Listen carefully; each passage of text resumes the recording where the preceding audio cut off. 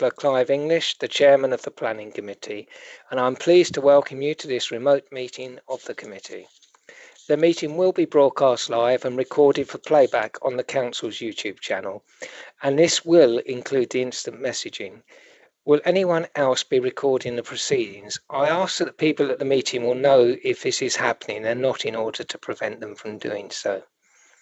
I don't see anyone indicating, so I will proceed on that basis. I will explain also how the meeting will be conducted for this evening.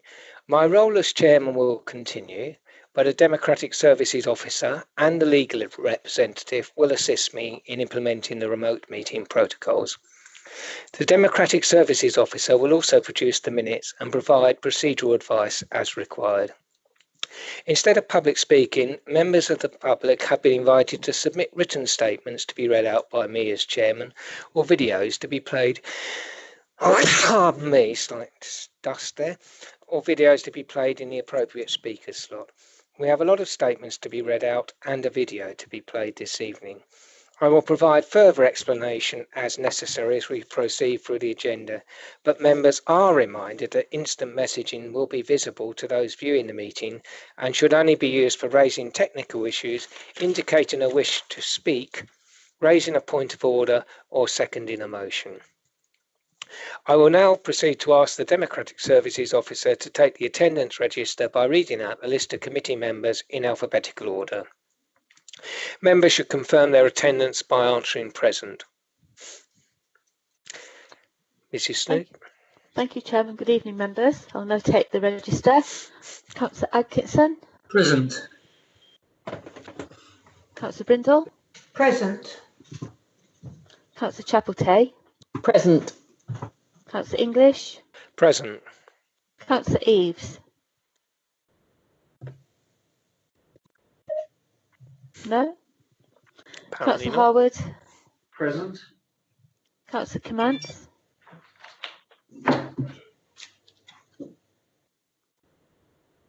Councillor Comance, you were here? Yeah, sorry, present. Yeah, thank you. Councillor Mumford. Present. Councillor Parfitt-Reid. Present. Councillor Powell. Present. Councillor Spooner. Present. Councillor Vizard. Present. Councillor Wilby. Present. Thank you. So do we have Councillor Eaves at all?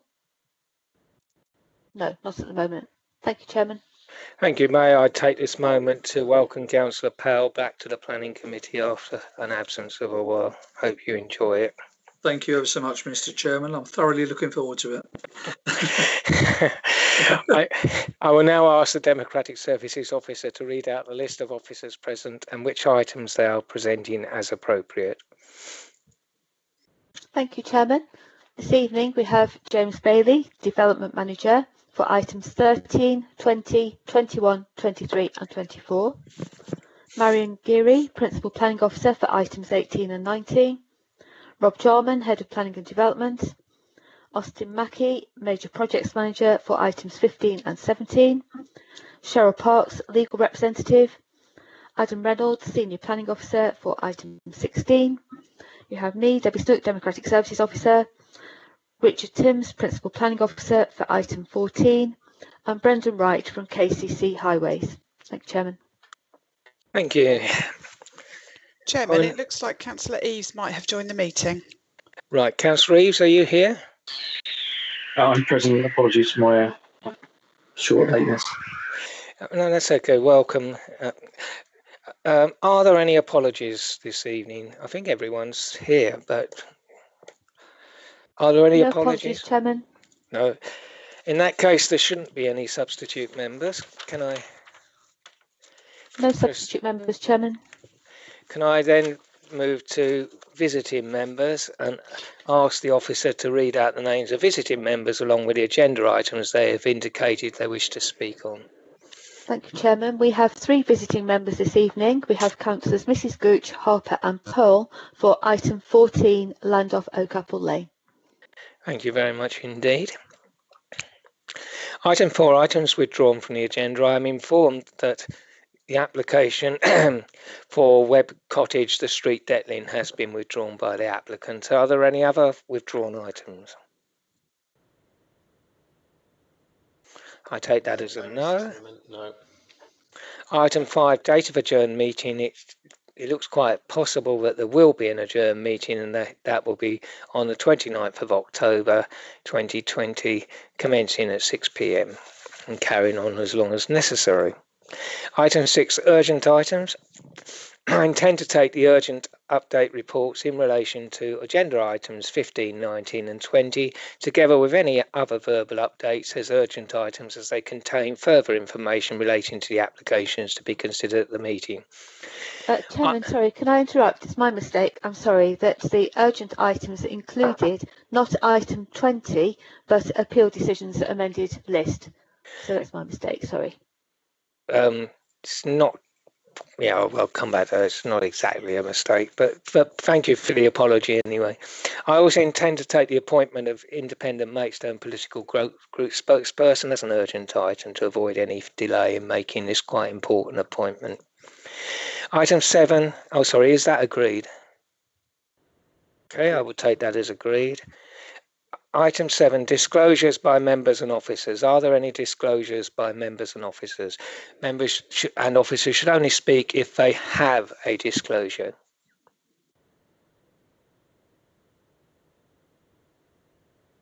No indications? Right, good. Item 8, disclosures of lobbying. The Democratic Services Officer will ask members of the committee and any substitutes in alphabetical order if they have any disclosures of lobbying. They must answer either none or yes and specify the agenda item or items. Mrs. Snook, over to you again. Thank you, Chairman. Councillor Atkinson. Yeah, sorry, having trouble with my mouse there. The age-old problem. Yes, I've been lobbied on 14, 16, 19, 20 and 23. Thank you. Councillor Brindle.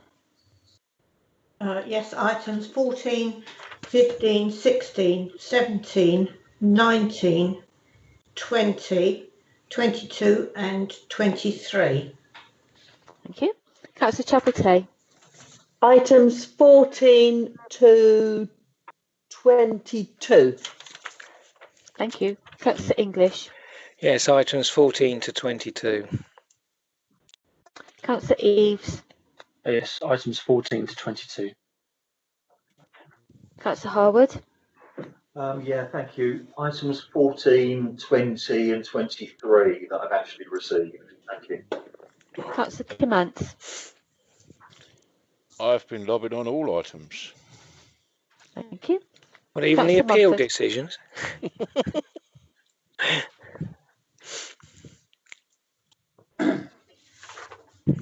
Councillor Mumford. 14 to 22. Thank you. Councillor Parfitt-Reid. Sorry, items 14, 15, 16, 17, 19, 20, 22 and 23. I'm a little bit alarmed that I don't appear to have been lobbied on item 18 as I'm the ward councillor there, but everybody else seems to have been.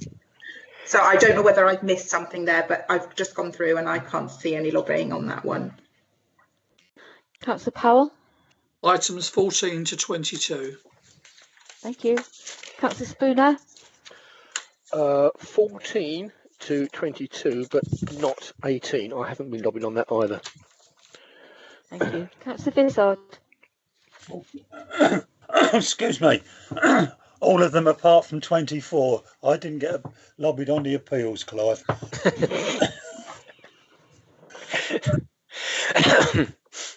Councillor Wilby. Yeah, 14 to 22. Thank you. Thank you, Chairman.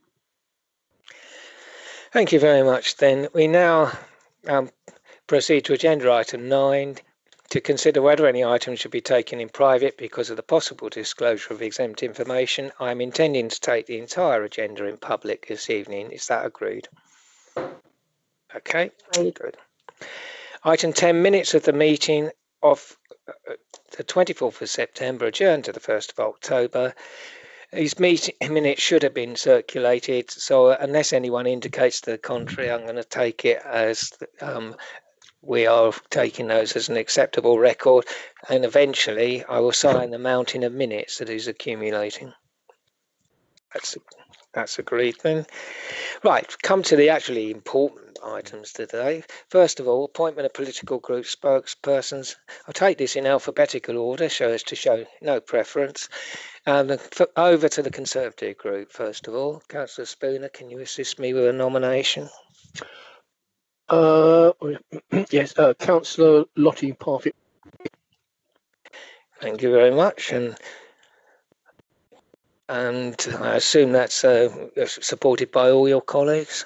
I don't see any other nominations, therefore that's agreed by the committee. Is that agreed? Thank you. And Councillor Powell, there's a lot of choice, so are you putting your name forward? No, it's unanimous, Mr. Chairman. Oh, absolutely, that's good. It's good to see. Congratulations. All right, we move on to item 12, presentation of petitions.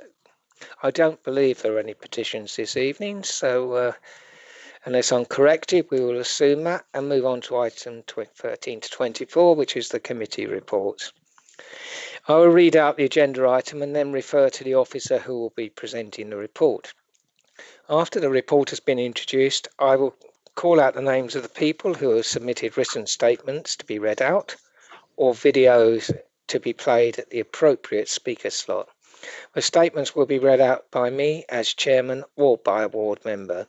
If appropriate, I will ask any visiting members for the item to make their contributions. Each member will be called by name.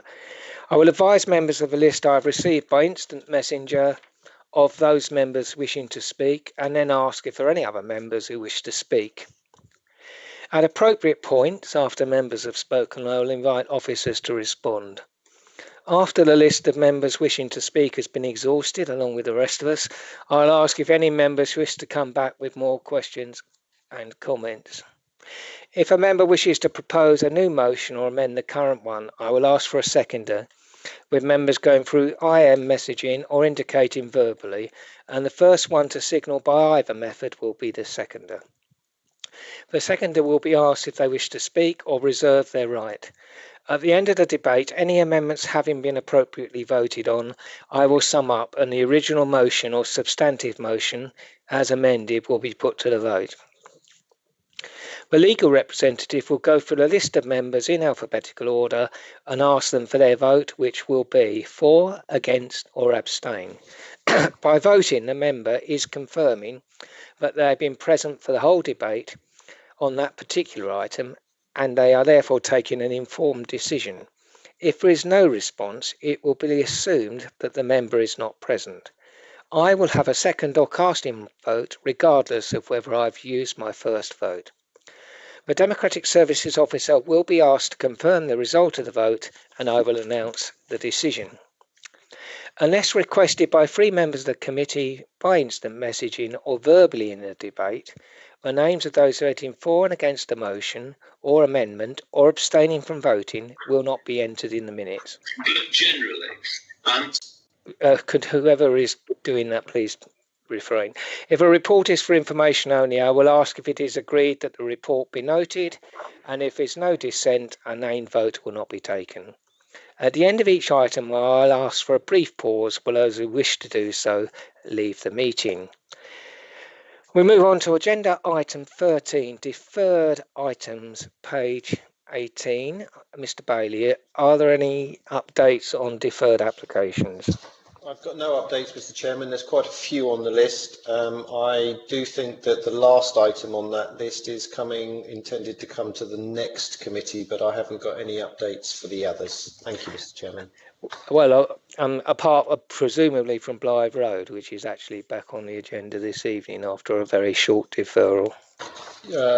Yes. Yeah, but the one I was referring to is the Holman House, Chairman, yes, which will come to the next meeting, yes. Okay, thank you. Well, we proceed then to agenda item 14, which is land off Oakapple Lane, Barming, Maidstone, Kent, popularly referred to as the P Field, and I call upon Mr. Richard Timms, Principal Planning Officer, to introduce the report. Mr. Timms. Thank you, Chair. Can you hear me okay?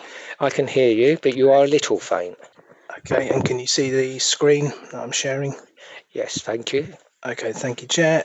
Good evening, members. So this is a full application for 187 houses with 2 access roads linking to the approved housing to the east, which is currently under construction, and a secondary access to Broomshaw Road.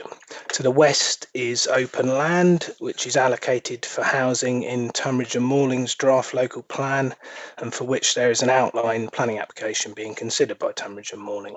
To the north is Hermitage Quarry, and there's an area of ancient woodland in the north-east corner, and to the south houses on Broomshaw and Reedwood Road. Members will be familiar with the site and the proposals from the committee report, so I will just run through some of the main issues. The principle of housing on this site is acceptable as it's allocated for 187 houses within the local plan under policy H14, subject to criteria. The application proposes 187 houses, and for the reasons outlined in the report, it's considered to comply with these criteria. And this is the allocation map. This slide's taken from the local plan. The blue area shows the housing allocation, and the green area, the open space allocation. The black line running through the middle is the defined settlement boundary, and the application covers both these areas. As members will know, some housing development is proposed in the open space area. Now, firstly, this is not considered to result in any unacceptable impact beyond the allocation area itself. And then secondly, I just showed the layout, it means that open space areas can be provided around and through the development, which is considered to provide a better design approach. This also means that the housing isn't crammed into this area, which is actually by the ancient woodland. But I think importantly, the total amount of open space, 1.5 hectares, would still be provided. In terms of access and connectivity, the secondary access is proposed down here in the corner to Broomshaw Road, and that's a requirement of the site policy. Kent Highways agree that this is appropriate, bearing in mind the level of development that would otherwise be served by just one access off Hermitage Lane, and they raise no objections in terms of its use of the roads to the south and their safety. This is also considered to represent sound planning in order to provide connectivity with adjacent areas rather than provide cul-de-sac developments. Financial contributions to upgrade public rights of way to the south would be secured to improve and promote walking, and there'd also be contributions to subsidise the diversion of buses into the site to promote the use of public transport. Contributions would also be provided for cycle facilities at Barming Station, and this would all serve to improve connections in the local area and public transport options. In terms of the wider highways issues, KCC Highways are raising no objections to the development, subject to mitigation from junction improvement schemes that are already in the pipeline or schemes put forward by the applicant or being developed by KCC in the case of Fountain Lane. KCC consider that conditions should prevent any occupation of the development until some of these improvements are completed. But for the reasons outlined in the report, this is considered to be unreasonable and or unnecessary, and so does not pass the test for planning conditions. It would also be inconsistent with previous recommendations and decisions of both KCC and NBC. In terms of the layout, the design, this, as I say, this provides for open space areas around the edges, a large buffer to the ancient woodland in the northeast corner, and then open space and tree-lined streets with substantial landscaping coming through the housing areas with a focal space in the centre. There's landscape buffers along the east side and the west side, and that provides green corridors and breaks up these individual housing areas. There's 3 character areas within the scheme, including a central area that's higher density around the main roads, a core housing area with less formal streets and surfacing, and then what's referred to as the green edge on the outsides, which is lower density and more rural in appearance. House designs are a good standard with some contemporary features and materials and they would be a good, decent quality with the use of clay tiles and ragstone in buildings and walling. Conditions are proposed to secure a high standard of design through building detailing and the materials, landscaping, surfacing, public art and ecological enhancements. The Section 106 agreement would secure the necessary affordable housing provision along with the bus diversion, public rights of way improvements and cycle facilities at Barming stations. Our members will know there are many other material issues and these are fully considered in the committee report.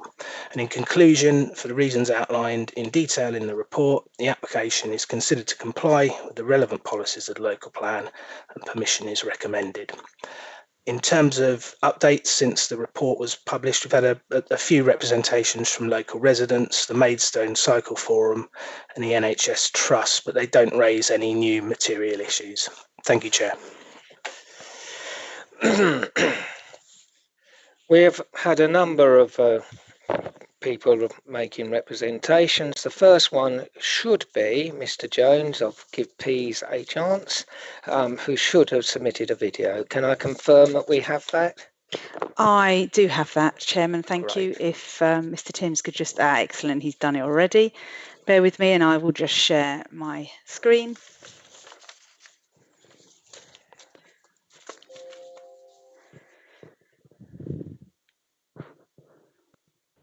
Hopefully you can see that, members.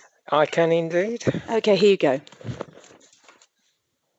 This land, which despite being private, has been used for at least 30 years by the public for both recreation and education.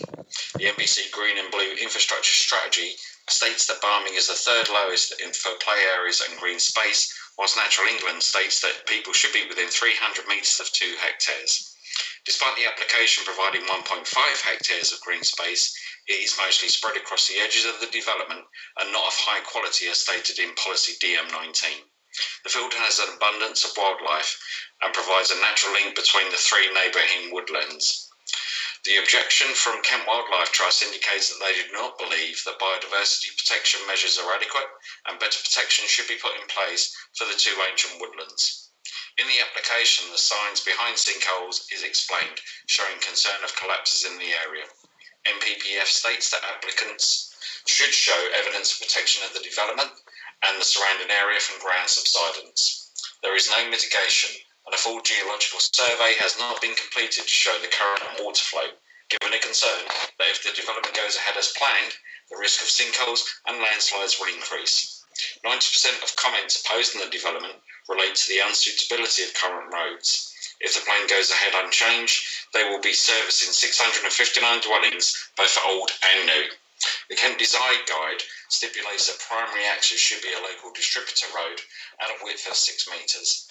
The planned primary access is 5.5 metres and secondary access, a quiet residential area, is only 4.8 metres wide. Whilst the swept path analysis shows larger vehicles are fine, this was bare minimum with no room for any issues. For example, the Bovis estate has had several problems with on-road parking causing failed refuse collection. This will continue to cause issue route was blocked. This could lead to a very serious issue. The problems facing narrow roads were accepted at a pre-application meeting with KCC. However, it was also mentioned that the surrounding road network was not fit for purpose. KCC in their comments have also suggested that occupancy should not take place until the various junctions on Hermitage Lane are resolved, and we are very concerned as to how this will be policed.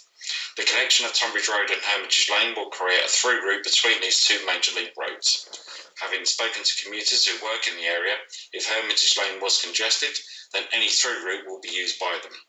We would be grateful for these points to be taken into consideration and for you to reject this application on the grounds of failure to follow NPPF guidance on biodiversity protection and ground subsidence, and on KCC's recommendation of no occupancy until various junctions have been fully mitigated.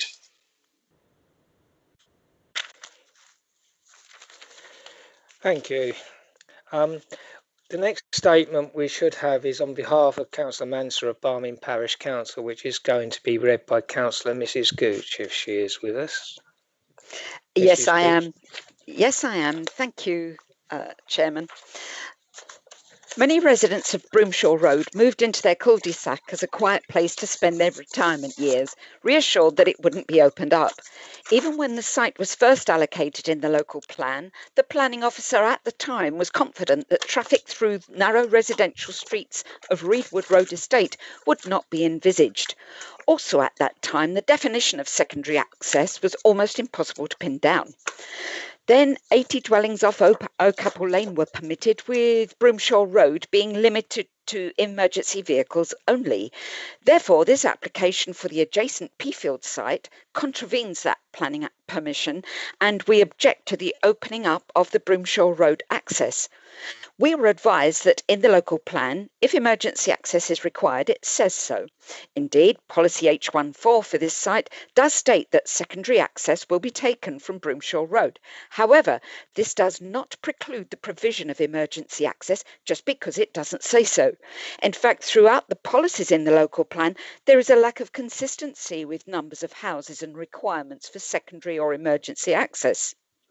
The proposed secondary access will significantly impede the character, ambience and nature of this residential estate and the residential area beyond. The local residential streets do not meet the standards for a two-way road system. With growing numbers of vehicles on Hermitage Lane, drivers will try to avoid the traffic lights at the Barming Heath crossroads and cut through this application site via Broomshaw Road to reach the A26, creating a safety-critical rat run. It will change the local environment forever by opening up the local residential streets to through traffic that they were never designed for, and with no scope for mitigation. It will destroy the ambience of this rural edge of Maidstone, and the sheer enjoyment of the locality will be spoiled. For decades, dog walkers, joggers and horse riders have enjoyed the Peafield as an open space, not only locals but those from further afield. With all the new housing nearby, even more people now enjoy and appreciate the Peafield. Small wonder at the strength of objections to it succumbing to the development. Again, we were advised that local plan policy OS1 is a specific policy for a specific purpose to provide natural and semi-natural open space. To us and to our residents, this reflects the quality open space that was the Peafield to help offset the effects of the development. So the officer's preference for open space integration is not acceptable. Such a change does not adhere to the local plan criteria and contravenes policy DM19. Barming Parish Council supports its residents' objections and urges the committee to reject this application. Thank you, members. Thank you, Councillor Mrs. Gooch. I come now to the statement from the applicant by Mrs. Wilford, submitting a statement on behalf of the applicant, which I shall now read out. Dear councillors, thank you for the opportunity for this letter to be read out to the meeting. Taylor Wimpey has proactively and positively worked with the council in the development of the proposals for this site. They have undertaken a series of pre- and post-submission meetings to ensure the delivery of a well-designed, considered and policy-compliant scheme. In parallel, they have actively engaged with the local community prior to the submission of the application and, where possible, addressed comments and feedback received. We recognise that the development is an emotive issue and that members often need to make difficult decisions. This proposal is no exception, and we are mindful of the local community's strength of feeling regarding the development and have worked hard to bring forward a scheme that strikes the right balance between the delivery of high quality homes and respecting the site's surroundings and context. In 2017, Maidstone adopted its local plan, supported by a thorough evidence base and informed by extensive public consultation, which was subject to rigorous examination by an independent inspector. This site was allocated for development as part of that process, being identified as suitable and forms part of the council's 5-year housing land supply. Whilst it is right the application is considered on its planning merits today, and there are a number of known local concerns such as highway impact, ground conditions and quality of open space, there are no statutory objections to the development and no outstanding technical concerns. The council has adopted SIL, and under that its development will contribute 1.3 million towards infrastructure provision for projects identified by the council, such as the Fountain Lane Junction capacity improvements. The proposals comply with the site allocation policy requiring the provision of a secondary access. This further aligns with the adopted Kent Design Guide, which supports its provisions as part of good plan making and promoting connectivity. In addition to silver, development will subsidise a bus to serve the site and contribute towards off-site public right-of-way improvements that will significantly improve access to sustainable modes of transport for existing and future residents. Taylor Wimpey takes the issue of ground conditions seriously. It is aware of the issue, having already delivered housing in the immediate area, including building homes on the adjoining site. Technical reports submitted in support of the application identify areas of further investigation which will be facilitated post-planning and require exhaustive testing for any and each individual house. These details would be controlled to the satisfaction of the Council by planning condition to ensure the drainage proposals take account of ground conditions and foundation designs are acceptable. We acknowledge a submission has been made by local residents in respect of new public bridleways. While the outcome is awaited from KCC, that application does not alter the principle of development. The development provides for levels of public open space on site that accord with planning policy, incorporating recreational routes that complement existing public rights-of-way. Its design also provides for ecological enhancement whilst maintaining usable open space that residents can enjoy. Additional planting of native species is proposed as a result of feedback from members. In addition, and in conclusion, the proposals deliver a high quality and policy compliant development on the allocated site that will contribute to addressing both market and affordable housing needs in Maidstone, and we therefore respectfully request that members support the officer's recommendations to approve the application. That was from Barton Wilmore. Now, Mrs. Gooch, you spoke on behalf of Barming Parish Council. Yes. Did you wish to speak now on your own behalf, or was that Yes, your sole? please. No, that was the Barming Parish Council representation, Chairman. I would like to speak as the local ward member, if I may, Chairman. Of course. Thank you very much indeed. Good evening, members. Local plan housing allocations linking to Hermitage Lane are all predicated on the implementation of specific highway schemes to mitigate impact, in particular capacity improvements at the junction of Fountain Lane and the A26. None of them have been carried out. Therefore, by definition, this application should be refused on the grounds that it fails to comply with paragraph 109 of the NPPF, which states development should be refused on highway grounds if there would be an unacceptable impact on highway safety or the residual cumulative thank you, impacts on the road network would be severe. The report refers to connectivity between the site and the road network to the south, that is to say, the A26. The report completely overlooks the highway safety limitations and constraints of the narrow residential streets of the Reedwood estate, which were never designed to accommodate a sustained level of two-way traffic flows. Beverley Road is frequently heavily congested by parent parking from Barming School. North Street is narrow, no footpath, well used by cyclists, horse riders, school children, parents to and from the school's pedestrian access, dog walkers and pedestrians. Hence, it would be critically unsafe for hundreds of vehicles from the O'Capel Lane developments to access southwards to the A26 by opening up the Broomshaw Road access.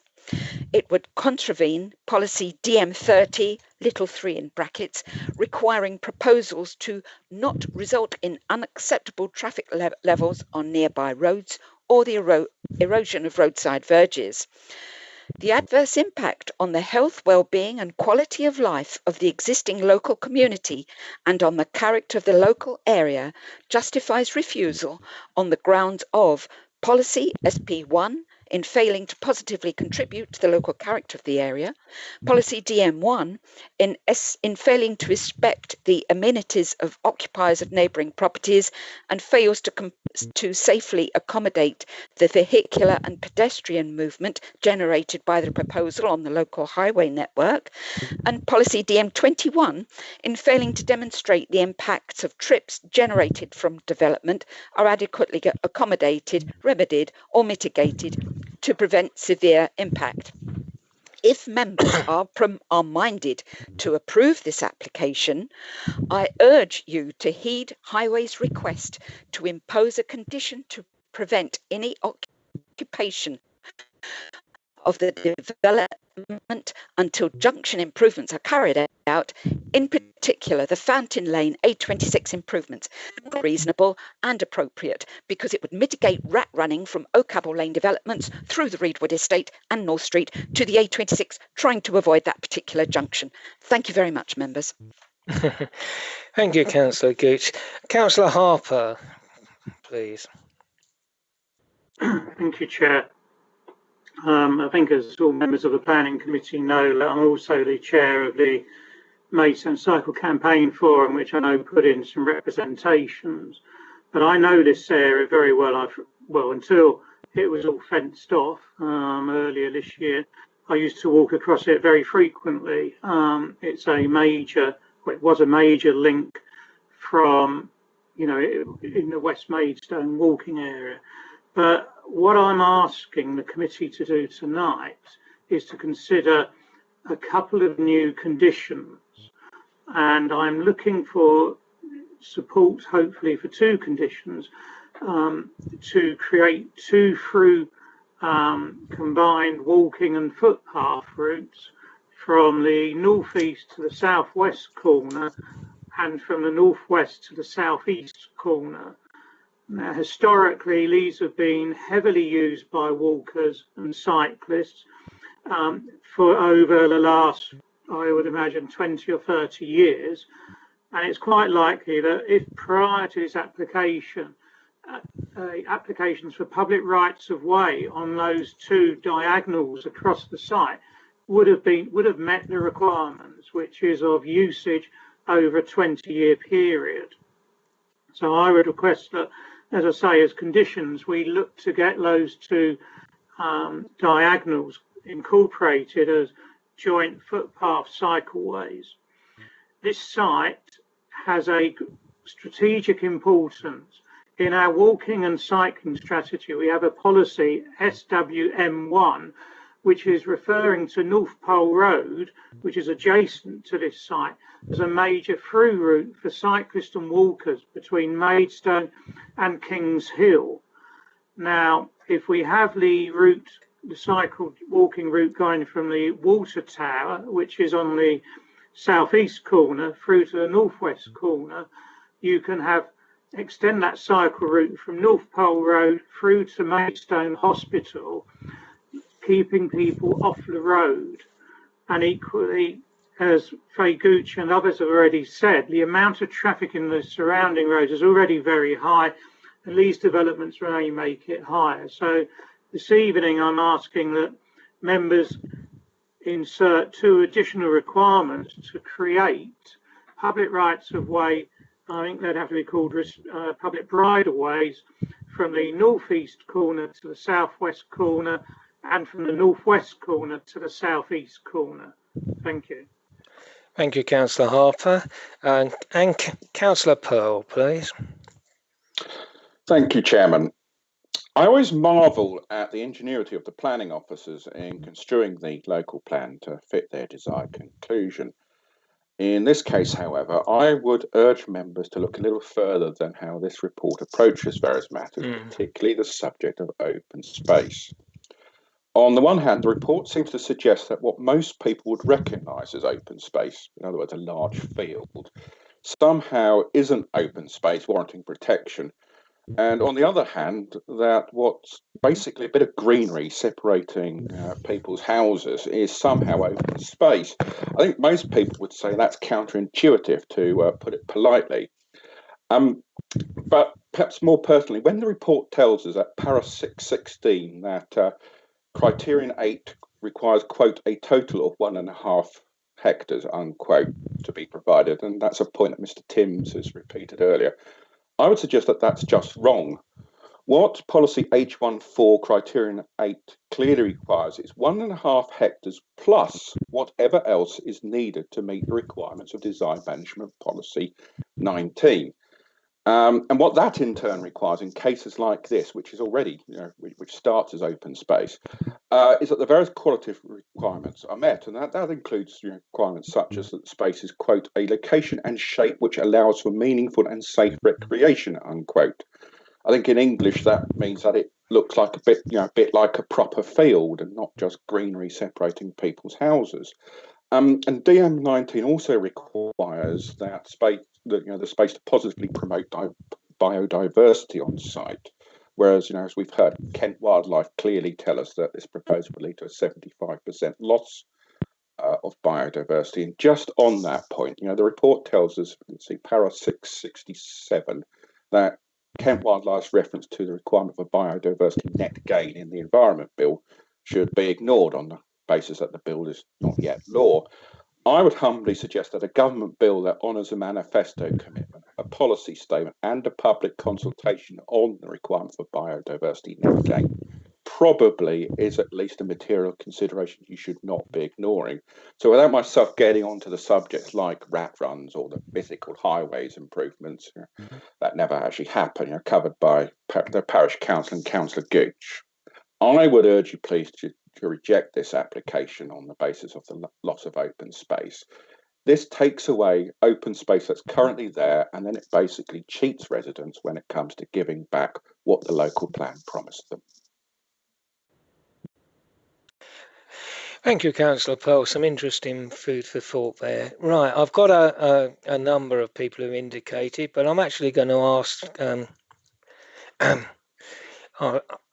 check. I've got 3 indications from Councillor Vizard, none from Councillor Kimantz. Have you indicated, Ashley, or just checking? 'Cause I would have. No, I've made lots and lots of notes, and I'm just sort of mulling through it at the moment. Okay, well, I'll come back to you later. I just wanted to check my IMs was working properly because I got three notifications from one person here. Well, Councillor Vizard, please, as you were first off 3 times. Thank you, Mr. Chairman.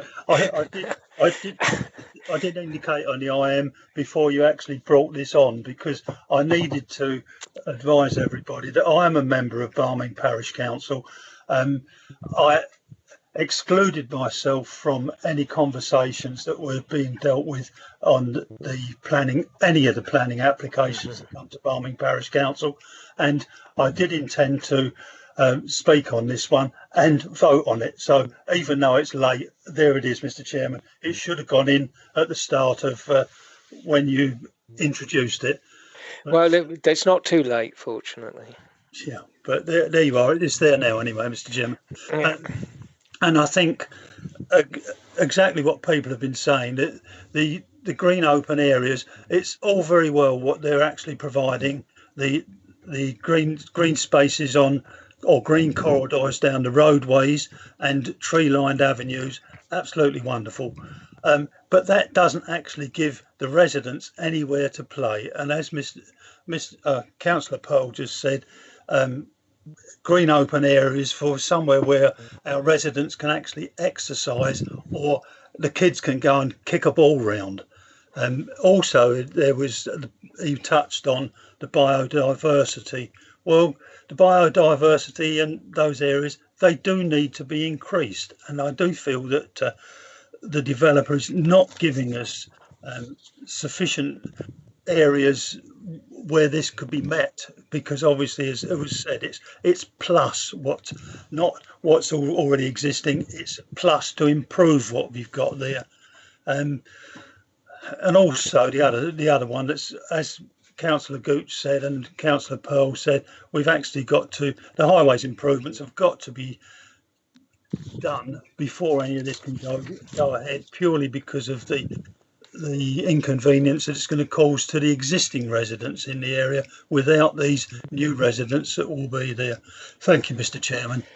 Yeah, I just want to ask members before I go any further about something. I've been looking at this policy on open space, and it does actually say provision of 1.5 hectares of natural / semi-natural open space in accordance with policy OS 1 brackets 1 together with any additional on-site provision and or contributions towards off-site provision improvements as required in accordance with policy DM19.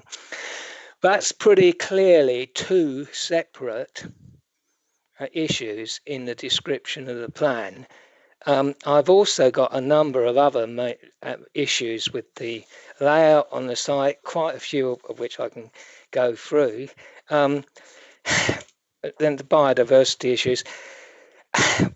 What I think I'm going to say is I think it's almost inevitable that if we do that, there are so many questions here, and also the lack of photo PV and various other things, but I'm not sure this is actually an application that's in an acceptable condition to determine this evening. So I would just say, ask members whether I'm the only one who has a number of issues with the layout scheme and would actually want to see it change, which wouldn't necessarily be a refusal, but would be a change. So can I ask whether other members have similar issues before we go too far? Yeah, Mr. Chairman, can I just dive in? Sorry, what you've actually said is exactly what I was thinking. So, yes, I'm happy to go along with what you've just said. That's common sense. Yeah, I'm going to take speeches from those people who indicated, but if they could at the same time indicate what their view is on what myself and Councillor Powell just said.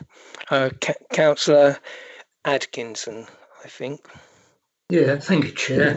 I was more minded to actually refuse this application. I'm sure we can. Well, I think we can. I know it says in the report that we can't, but just looking at the A26 Tunbridge Road Fountain Lane improvement, policy H14, I'll quote that, says planning permission will be granted if the following criteria are met. It then goes on to this 15 criteria, and specifically number 12 relates to the Tunbridge Road Fountain Lane junction and requires capacity improvements. Now, we've recently been told this scheme is probably going to cost about 3.2 million, of which we currently have a mere 328,000. Can I go on? Yes, of course. Thanks. So, as reported in last week's Kent Messenger, this will involve compulsory purchase orders. But I understand no contact has as yet been made with the relevant owners. This process could take many years. So, as I said before, policy H14 says permission will only be granted if the 15 criteria are met. Clearly, they cannot be met for the foreseeable future. So, in my view, this application needs to be refused until all criteria can be met.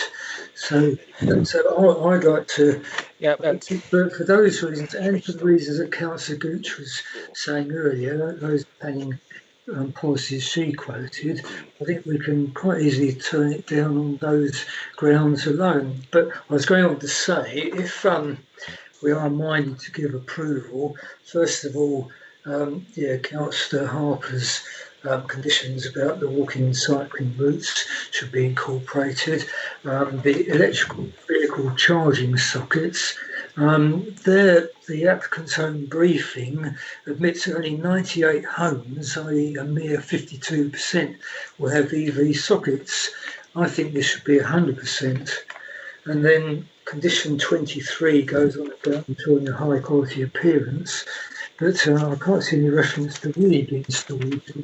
It's important that they're installed correctly, so it does have a high quality appearance.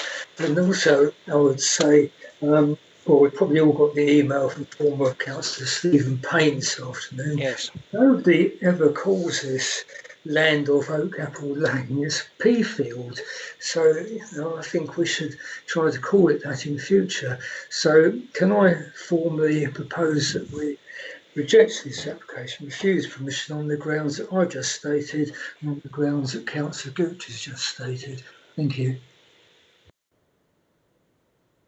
Right, I'm not going to take discussion on whether we approve this application or not at this point, unless a majority of members of the committee think we should. What I am going to do, Councillor Adkins, because you raised a considerable number of valid points, is ask you to write them down now, and be ready to add those if the members wish to defer them.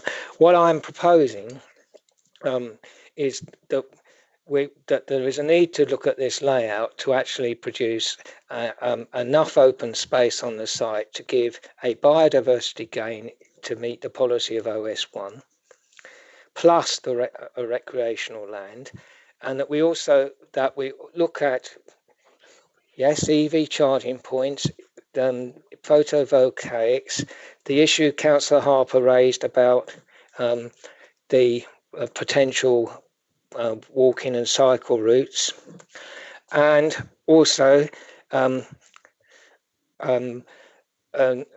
question of whether of what contributions are appropriate. I think we need to actually. The applicant has indicated that they are willing to make a contribution towards the Fountain Lane improvement, but officers have not indicated that they are prepared to go with that. So I do think we need to bottom out whether that is indeed the case. But I don't think. Have I missed anything? I'm going to take the next speaker who's indicated, which was Councillor Chapeltain, and then Tony Harwood. Yeah, I did indicate first, though. Yeah, you've only just come through on my IM, which is why I asked whether it was working earlier. I'll take you first, Tony. It's not a problem.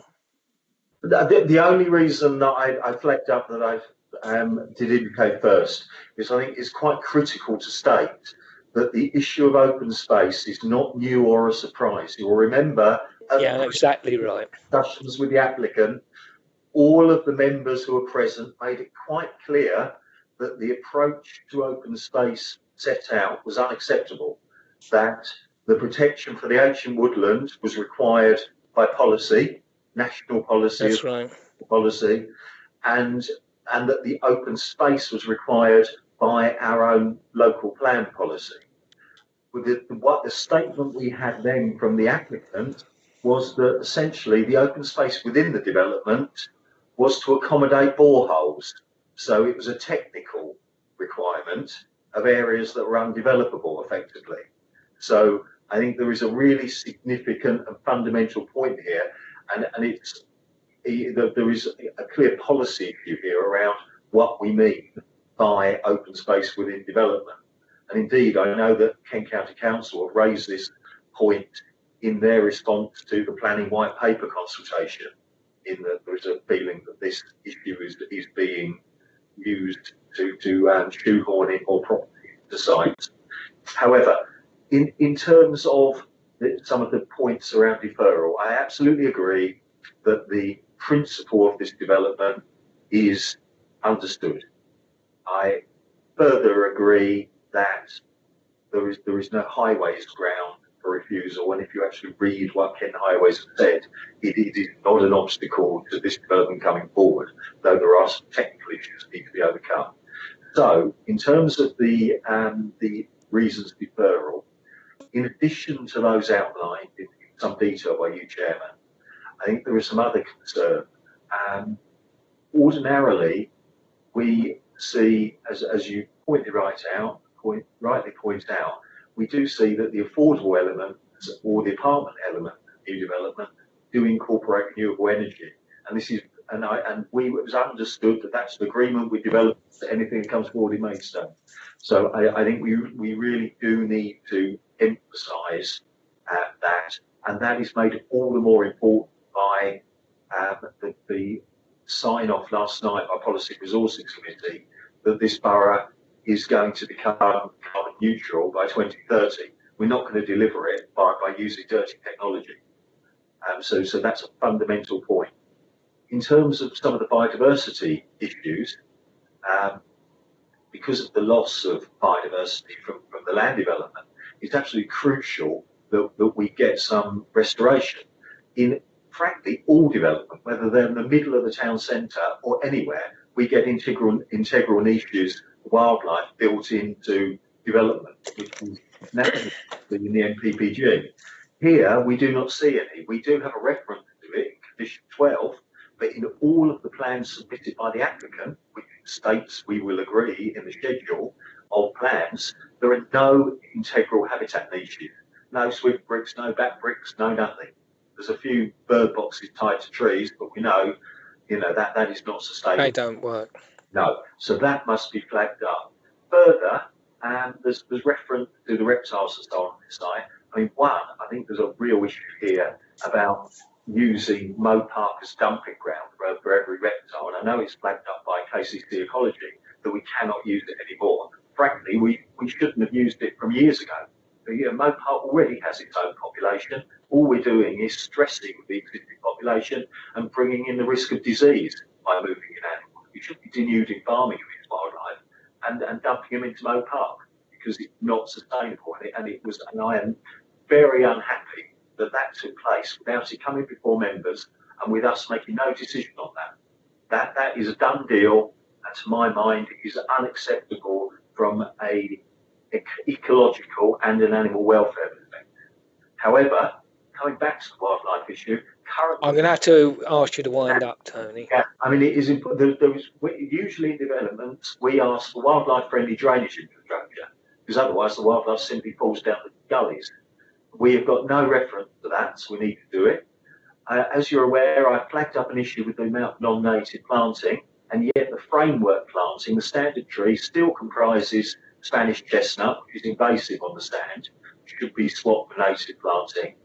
And I know it's a building design issue, but we're still looking at gas central heating at this site rather than electric. And I think we should have an informative or seek electric heating rather than gas, because it'll only have to be torn out and replaced. Thank you. Well, if we're negotiating, we can seek to negotiate on all of those issues. Right. Can I take Karen Chapeltay, and then I'm going to ask Mr. Timms to come back. I shall aim for brevity, and I should emphasise I'm also happy to defer, but on the assumption that we do, there's a question I would like to raise, and I'm also happy for that to be addressed when it comes back to the committee. Already in our plan, I think in all probability we will end up approving something here. It does become more a question of what our plan is. Our single biggest defence against inappropriate and poor development. We have a plan, we should stick to it, otherwise we lose on appeal and we can lend ourselves to end up subject to judicial reviews. However, I do have a question about the open space issue as well. Many of the objections I've received from local residents have said that they enjoy walking and exercising in this area.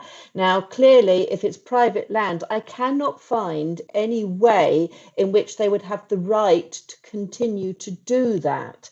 So any more than I have the right to go wandering over my neighbour's garden for 30 years. So whilst I sympathise with them, I cannot find anything in our policies that in any way turns that into public open space. I'm just wondering if there is anything I've missed, or is that simply a non-planning issue?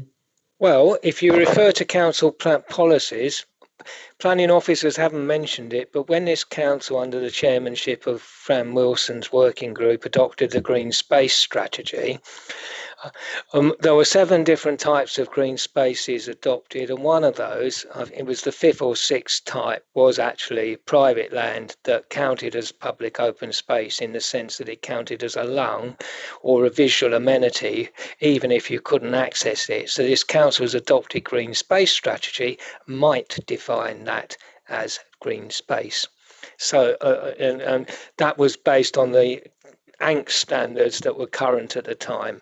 So I believe there is a policy document, although not a planning policy document as such, that was adopted by this council that defines it as possibly green space. I'm now going to bring Mr. Timms in and make sure that we've got a full list of what we've got for a potential deferral. Mr. Timms. Thank you, Chair. There's quite a lot to go through. I'm afraid.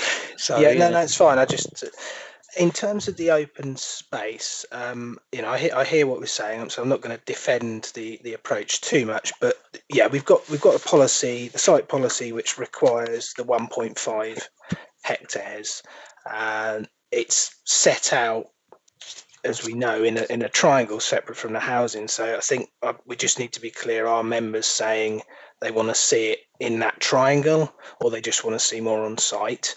In terms of the additional and the reference to DM19, I mean, with many other sites, that as you know, there's some open space provided on site, and then there's often, before we had SIL, money that goes towards facilities in the area, which, I'm not advocating, but that the approach now would be, we've got an amount on site and SIL if required to any facilities in the area. I think just on the open space, just need to be clear, it can be enhanced for ecological benefits. There's areas of amenity grassland that could be just planted up to benefit ecology, but I think we're saying we want, or you want the semi-natural, but you also want these areas that people can use. Now, that's fine. I think for me that potentially results in less houses, but I just need to be, if that's what, all I would remind you, Richard, of is what the policy says is about 187. If that's 183 or 182, I think we still comply with the policy. No, that's fine. I just want to be clear, so that's clear to the applicant. Okay, and then I think on the highways point, I know some members have said they don't agree with that approach. I think we've had it on other sites. There are criteria for junction improvements. They're cumulative requirements, and the way for an applicant to comply is providing financial contributions, which is what all the other Northwest sites have done.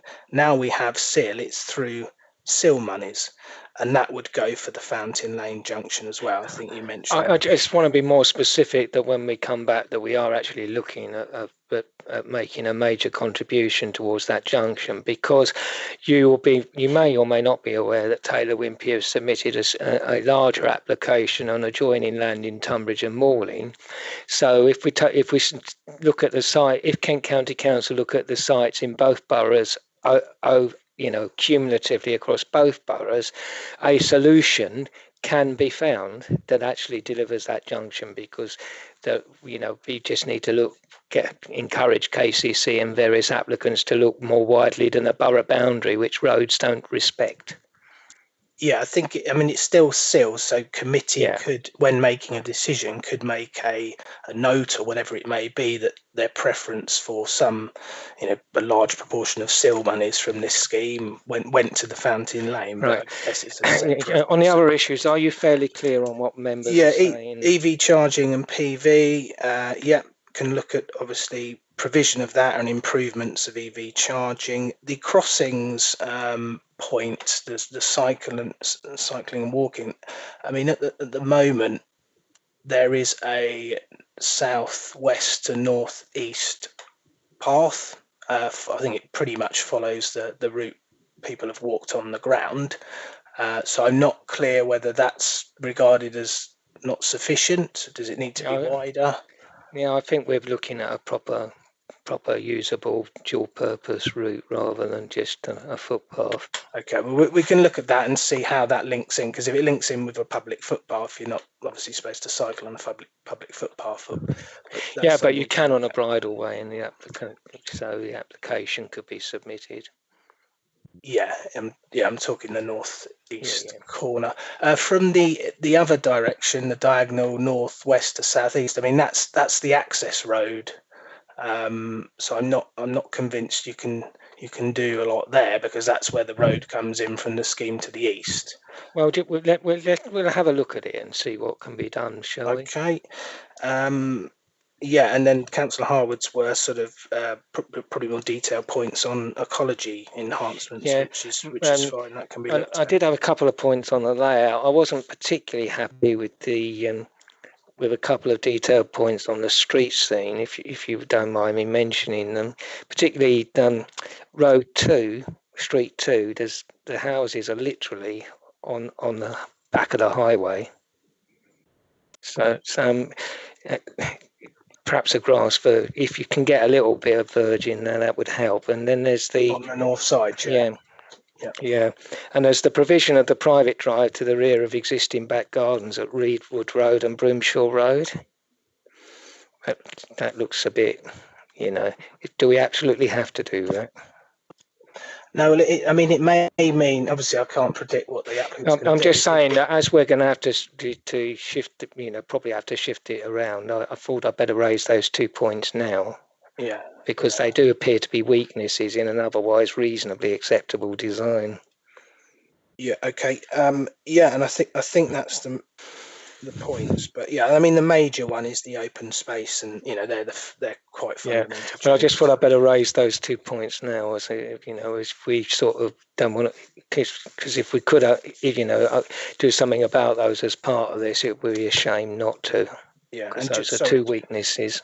Just to clarify, open space is 1.5 hectares of the semi-natural, but members are also looking for some sort of a usable area as well. Yeah, on site, because I know often we'd look at an off-site contribution, but if you look at this area, there isn't really anywhere within a easily walkable distance. Yeah, is that play area? Because there's a play area next door. Yeah, no, I'm not specifically talking about a play area, no. Okay. Okay, members, have I missed anything? I'm not hearing anything or seeing anyone. Right, Councillor Harwood. I did mention wheelie bin provision as well. Oh yeah. Do you think, Richard, is there a problem with wheelie bin provision? I haven't picked up on that. No, there's a refuse strategy, so every property's got storage space. Okay, sorry. Okay, Councillor Harwood, can I come back to you and check whether I've got everything you wanted included? You have. I was just going to put something in and send it off to you just so we've got the wording correct. So that will be bringing its way now. Yeah, can you make sure you send it to the Democratic Services officers, not me, really? Well as me, if you can. Yeah, I'm just doing it now. It's going to be just on the conversation. Okay. Thank you very much. Right, that will take a minute or two to come through. Is anyone? Clive, it's Councillor Kimantz. Can I just ask a question? It's actually two questions really. Because obviously it looks like it's going to be deferred, so I don't need to give a long speech and stuff, but I am a little bit concerned with what Councillor Harwood noticed as well about the wildlife being taken to Moat Park, when we've got a good enough cemetery that is right next to the Horsefield development that all of the wildlife could have been mitigated to there. I just find it. I'm bemused by why it has to go to Moat Park when it could have been kept in our local area, in the cemetery, which is a wildlife haven. I'm just totally baffled.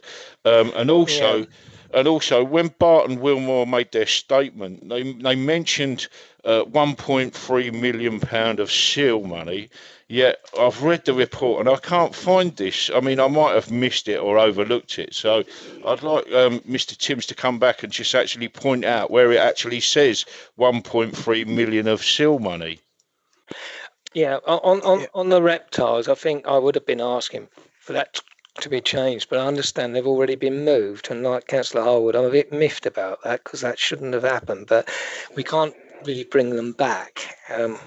That's my understanding. But if they haven't been moved, I don't want them moved to Moat Park. But I believe that they have already gone. But correct me if I'm wrong on that. Yeah, they've not all gone, Chair. Well, in that case, would you ensure that any that remain do not go to Moat Park? Yeah, Can you take them to Ashley Cemetery? Yeah, Chair, just quickly, they did look at the cemeteries, obviously the site next door. There wasn't sufficient capacity to go there. But I don't want any more going to Moat Park. We'll have to find somewhere else. If they go there, they would die. Okay, but is that part of the deferral, Chair? Because Well, I wasn't including it because I thought they'd already all gone. But if there are some still there, check. I don't want any more going to Moat Park. Have you looked at state wildlife as well as the cemetery? Yeah, well, yeah, that's a good point. What about Fant Wildlife? Have we looked at their site? Well, it might be. You know where it is, don't you, Richard? Hello? Yes, Chair. You know where the site is. It might be worth having a look and see if they can accommodate them. And finally, Councillor Wilby and Councillor Eaves. Sorry. Oh, sorry. English. Sorry, I thought you'd finished. My apologies. No. It's just Mr. Timms didn't come back about the 1.3 million that Barton Wilmore. Didn't. Sorry, I diverted. The Barton Wilmore actually highlighted that they give 1.3 million to Seal, and I can't find it in the paperwork anywhere. So it might be that it's an oversight on my behalf, but I'd just like to see. I'll bring Richard back on that in a minute, but I'm going to take Paul and Robert Eaves, who indicated some time ago, and then I'll bring Richard back because otherwise it's like ping pong. Councillor Wilby. Yes, thank you, Chairman. It's just one about the electric charging points, which I know we go on about, but obviously there is some expense there to the developer, but also sometimes you have to change them electric charging points out because they're not the correct type. So if we can't get them all to electric charging points, can they be electric charging point ready, which means just running the cable to it, having a junction box ready for it to go on? But that at least saves the cost and saves you drilling through all your walls. On the wildlife being moved, I do believe we did employ quite a expert to actually survey the Moat Park bit where they went. Not saying that the rest should still go there, but we have got an expert on our books that we have gone to about this, but so we should actually engage with him on this matter first, I think, before just shifting them somewhere else on a whim. Yeah, I don't think it's necessarily a whim, but I take your point. As part of the process, we could do that. Councillor Eaves. Yeah, thank you, Chair. I'll be very quick. I would be tempted to refuse, although that's not where we're going. I agree with a lot of what Councillor Atkinson said.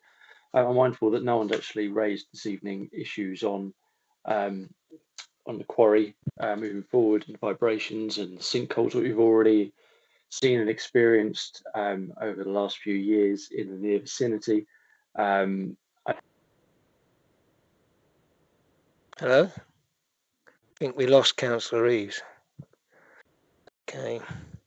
Hopefully he will be able to reconnect with us in due course. Mr. Timms, if you'd like, can come back on those issues, including the lack anything that you feel we've missed out. Yeah, I mean, we don't generally put the sill receipts in reports because we don't. You've got to work out floor space, etc. So what the applicant's saying is they've worked out that they estimate that they would have to pay sill receipts, and that's compulsory, of 1.3 million. What you've got in the report is in addition to that, the Section 106 monies, to the buses, those sorts of things.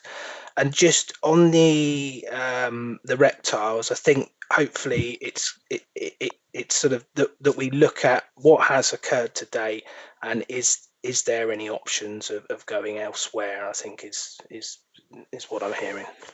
Yeah, I think that's exactly right. But unless there's very good reasons, I think I am we are getting very close, and Kent Ecology said we are actually at the point where we shouldn't be using Moat Park anymore, and they are supposed to know what they're talking about. So they've flagged it up, so it's a red flag as far as I'm concerned, or at least an orange one. Are you still there? Hello? Who, me, Chair? Yeah. Sorry, no, it's fine. Yeah, sorry, I heard a funny hiss and I wondered whether I'd been cut off. Sorry. So anyway, I've got so far for the deferral, integral, right, in finding an additional, separating the two types of open space and having an additional on-site allocation for recreational space, improving the biodiversity, integral habitat niches, solar PV on the apartments or affordable housing, wildlife-friendly drainage infrastructure, and removing the intrusive non-native landscape species, EV charging points, and a couple of street scene issues, looking at the relationship of the houses in Street 2 with the street and that back drive to along the rear of Reedwood Road and Grimshaw Road, and seeing if we can remove the gas central heating. I think that's it. Yes, Chair. Sorry, on the last one. I mean, it's not a planning matter. No, but it would be nice. Heating. I think we're just going to ask them if it's really very sensible to put in something they're going to have to rip out in a few years. Well, someone's going to have to rip out in a few years. I know we can't make them, but we can always try. Yeah, and the crossings, and to do cycle cross routes, or come footpath, and I think that's it. Obviously we can confirm with the applicant whether they're happy, as they suggested in their submission, to the cumulative submission of money to the Fountain Lane crossing. At the same time, I think as they said in their submission, they were happy with that. Presume that's not going to be a problem. Sorry, Chair, I'm not clear on that. They can't pay Section 106 monies because Maidstone has SIL. So. Yeah, I think we will need to talk between ourselves, us and them, as to how we put that in the report. It might be we need to come back to committee with a separate recommendation on that, separate motion. For SIL, yeah. So, but, something we didn't need to bottom out that they were actually, going to do that. I think that's everything. Therefore, if you've got that written down, officers, I'm going to move to a vote on the deferral on those grounds. Chairman, sorry, Councillor, you said I apologize. Sorry, Robert, I didn't realise you were back. My apologies. No, sorry, I sent a message just saying it was buffering, and then when it came back, Mr. Timms was talking, so I didn't want to interrupt. Sorry, Robert, if I missed something, no, that's please carry on. No, it was only very, very quickly. Just I was just mindful that I agree with a lot of what Councillor Eggerton and Councillor Gooch actually said. I mean, I would, if it wasn't going for deferral, which I support given what we talked about, I would be mindful to refuse on what we've heard initially. I would also like to point out that it does appear that certain visiting members are not going down the line of this is in the local plan, so we should accept it. And I hope that this is going to be agreed going forward, that just because something is in the local plan, that we don't need to approve it. I just wanted to make that point. All I would say, Councillor Eaves, is as far as I'm concerned, the plan currently isn't in conformity with the local plan because of the open space layout. It's just a question in my mind whether it can be brought into conformity, which is why I'm going for the deferral. But if they choose, if the negotiation is unsuccessful and the layout isn't changed, we may well be back discussing refusal. So that is where I'm coming from. Yeah, in full agreement. So, without further ado, I've proposed that recommendation. Is it seconded? I'll second it. Yeah. Thank you very much. That was Councillor Powell first, I think. In that case, Mrs. Snook, can we take a vote on that, please? Chairman, it will be Mrs. Parks taking the vote. Oh, my apologies. That's okay. I don't want to overburden Mrs. Snook. She's got lots to do already, I think. Yes, okay.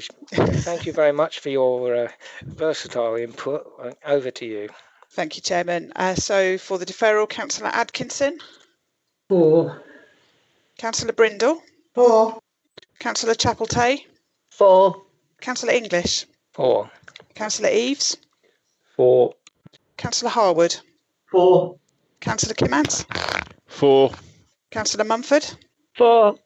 Councillor Parfitt-Reed? 4. Councillor Powell? 4. Councillor Spooner? 4. Councillor Vizard? 4. And Councillor Wilby? 4. Thank you, Chairman. Right, so what was the count, Mrs. Sneak? That was 13 for, none against, no abstentions, so that's unanimous, Chairman. Thank you very much. Ryan, as that was a fairly significant debate, I will take a break for 10 minutes while everyone who is here for that departs, and we will recommence at 7:30.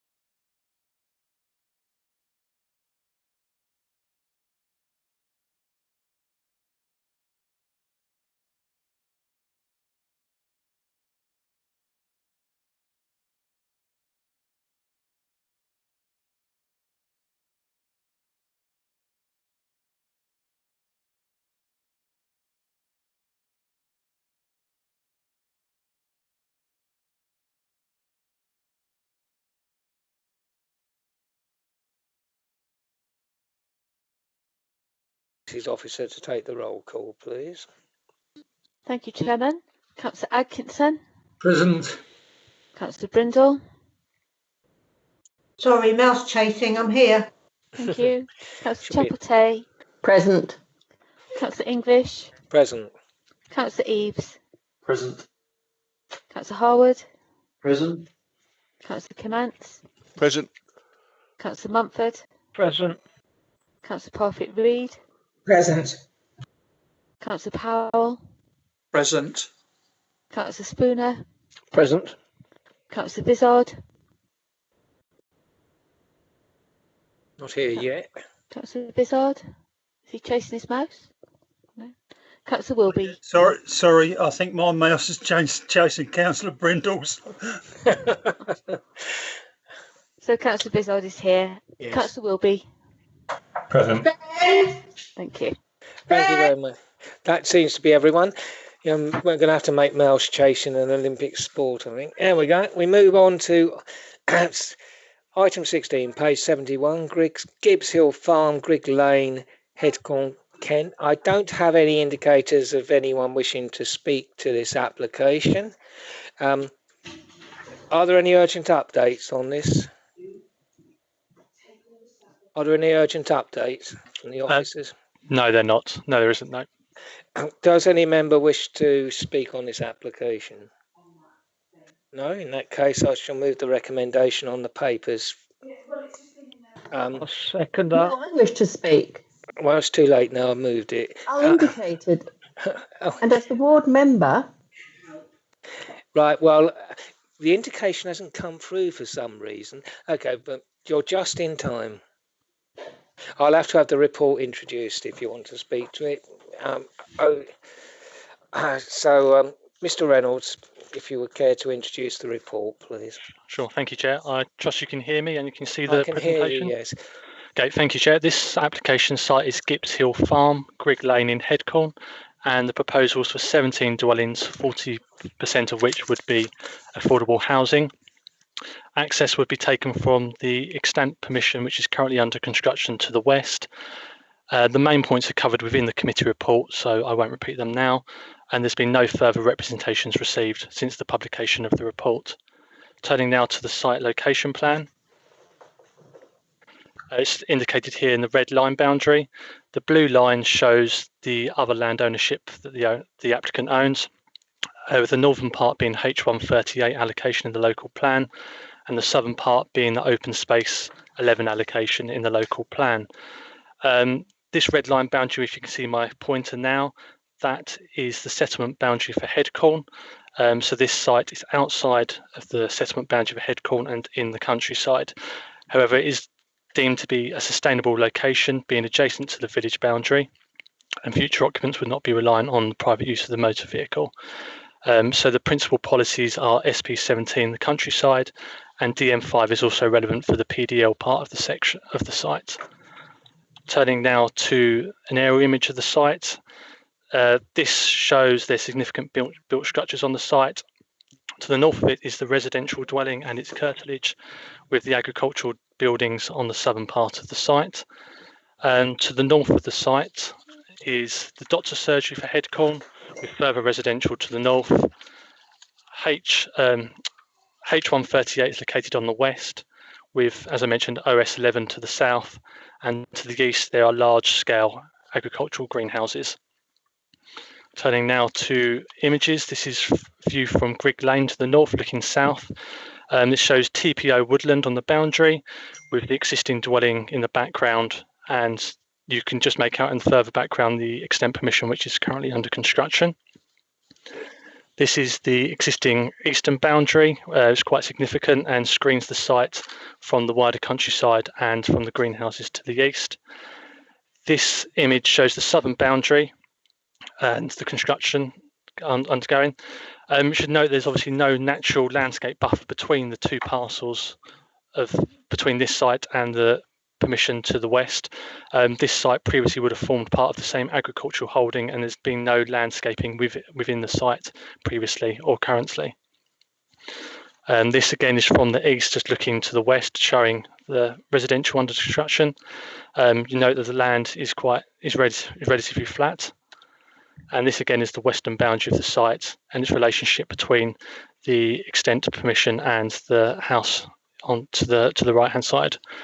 This is the existing residential property, with the eastern boundary in the background and the agricultural barns and vehicles in the background. This plan here shows the proposed site layout.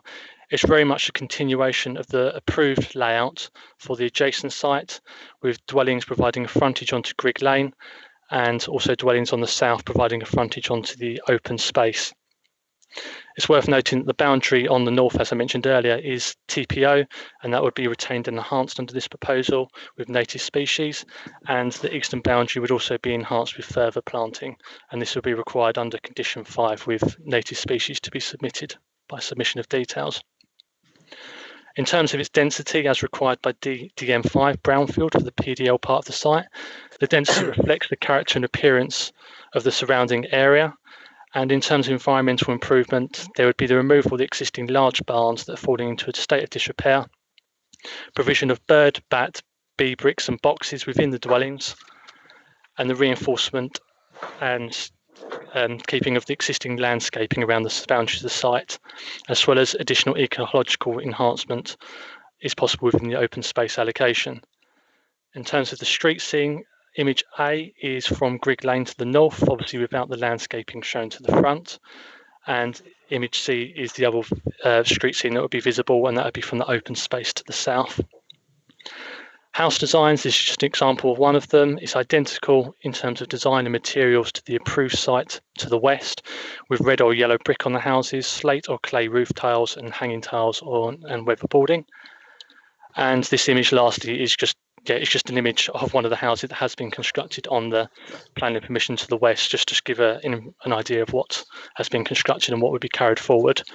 So in conclusion, the site is a sustainable location with good access to facilities and open space. It would form an extension to an allocated site, and the proposal would provide a contribution to the windfall requirements of 1650 under the local plan. In terms of landscape and visual impact, the site, as I mentioned, is in the countryside. However, due to the existing landscaping on the site forming part of the previous agricultural holding, it's deemed the proposal does not result in any visual or landscape harm to the countryside, and the recommendation is for approval subject to conditions and the prior completion of a legal agreement for 40% affordable housing. Thank you. Thank you very much, Mr. Reynolds. Right, Councillor Chapeltay, I don't know what happened there, but your indication has now come through. So It was very slow to come through to me. So fire away. As a general principle, I think we should establish how exactly we wish to take speakers when they indicate, because we have on the whole tried to use the chat to indicate, but when that goes wrong, as it obviously has this evening, it's going to cause issues. If you think it hasn't come through, just say, just interrupt if you have to. It's not ideal, but if necessary. It feels rude, but I think you're right. That's what we'll have to do. Okay, I'm a ward member, as I'm sure you appreciate, and I've been contacted by a number of residents about this. Interestingly, they're not opposed to the development in principle. I think that many people recognise that it wouldn't necessarily be a bad thing to put something in there on a brownfield site which removes the current eyesores. So I'm not proposing that we should refuse it. However, I do have an issue with the lack of access, and this is something that many residents have rightly raised. It is supposedly sustainable and accessible, but it sure isn't if you're in a wheelchair. And I feel that we need to take into account the needs of those other than those who are perfectly able-bodied and capable of walking into the village. My own daughter is in a wheelchair frequently. I couldn't get her from this development easily into Headcorn Town village centre any more than somebody on a mobility scooter could. And likewise, parents pushing prams will have difficulties. We need to start putting in footpaths properly in our developments, because effectively what we are doing here is extending the village envelope. We have got a development to the left, which doesn't yet have a proper footpath and probably never will. But to the right, in effect, the east of this development, we have a football pitch, which is used regularly, and there are parents and children walking up and down to it. So I get that we cannot change the buildings and developments that are currently in place. In my own home village, I can't get my daughter 50 yards down the road to the pub without getting the car out because I can't get a wheelchair around here. But for future developments, we should be taking into account the needs of the disabled. And so at the very least, we should be insisting on proper pavements so that people can access local facilities and therefore ensure that all future developments do take their needs into account. Fair point. Thank you very much, Councillor. Councillor Harwood.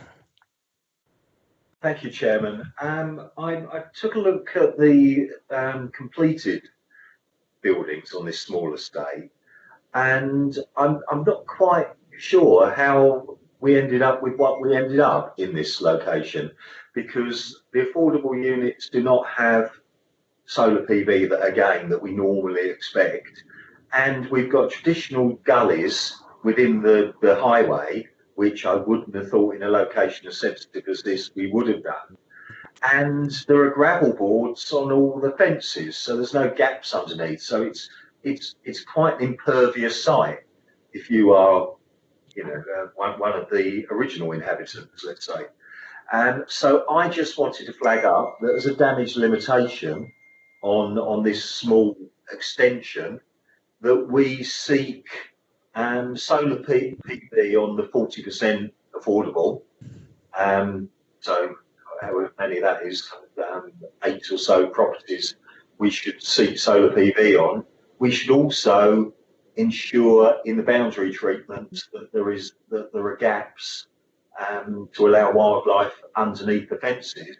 And on this highway extension, which I understand is going to be traditional asphalt and not a permeable paved surface, that we ensure we have wildlife friendly gullies, which all that essentially means is that the curbstone has a little recess so that the wildlife that's following the curb doesn't just fall down the drain, it gets around the drain gully. So I'd be happy to move that we do grant permission if it's not being moved, but with those 3 changes. Right, thank you. Is that seconded? Not at this point. Shall I come back to that? I'll second that, Clive. Okay, Councillor Wilby, do you wish to speak? I'll just add probably the concerns that Councillor Chapel-Day had, but obviously I live on an estate exactly the same as that, where there are no paths, and it does prove to have some issues. And I can appreciate the fact that if you do have someone in a wheelchair, that would be a bigger issue. Okay, right, thanks. Councillor Mumford. Yeah, after Councillor Harwood, I'd just like to withdraw now. Just carry on. Okay, thank you, Councillor Atkinson. Thank you, Chair. Yes, I pretty much agree with what was said before, but under the heads of terms, it says provision of 40% affordable, etc., etc.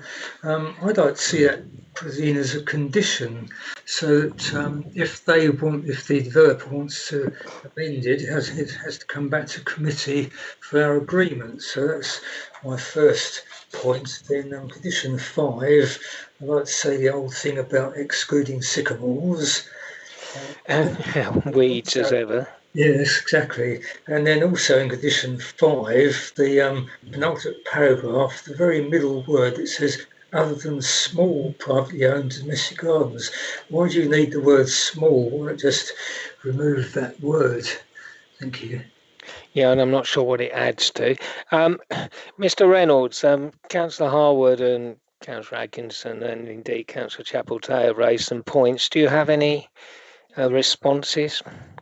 I suppose, yeah, on the solar, I have discussed it with the applicant and they would be happy for the affordable units to discuss with the RP that would be on site for affordable. That would be 7 units, and I was happy for conditions for the fencing underneath for the wildlife. and the other one was the gullies, wasn't it? Wildlife friendly gullies. And those might mostly drafting amendments that Councillor Atkinson said. Any point on those? Which would you mind? No sycamores. Yes, I've picked up that one. And the other one was small, wasn't it? The word yes, small. I mean, I'm not sure what that was adding, to be honest. Yeah, but fine, I've picked those up. Right, and on the point that Councillor Chapel-Tay first raised, is there anything we can do to do anything about accessibility to the site? In terms of accessibility to the village, I suppose it's using the existing access for the site to the west. And there is a crossing proposed under the previous planning permission. That's being put back with the agreement of Headcorn Parish Council, as they are looking to move the crossing. Right. So there are plans for that to come. It would have been already, but as I say, they're working, Headcorn Parish Council working with highways and the developers. So how accessible would that be for a disabled person in a wheelchair to get to the village?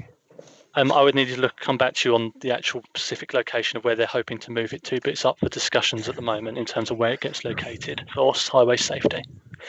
Well, I don't want to. I might be outside the scope of this, but if there's anything we can do, perhaps an informative to encourage this to facilitate disabled access to the village centre.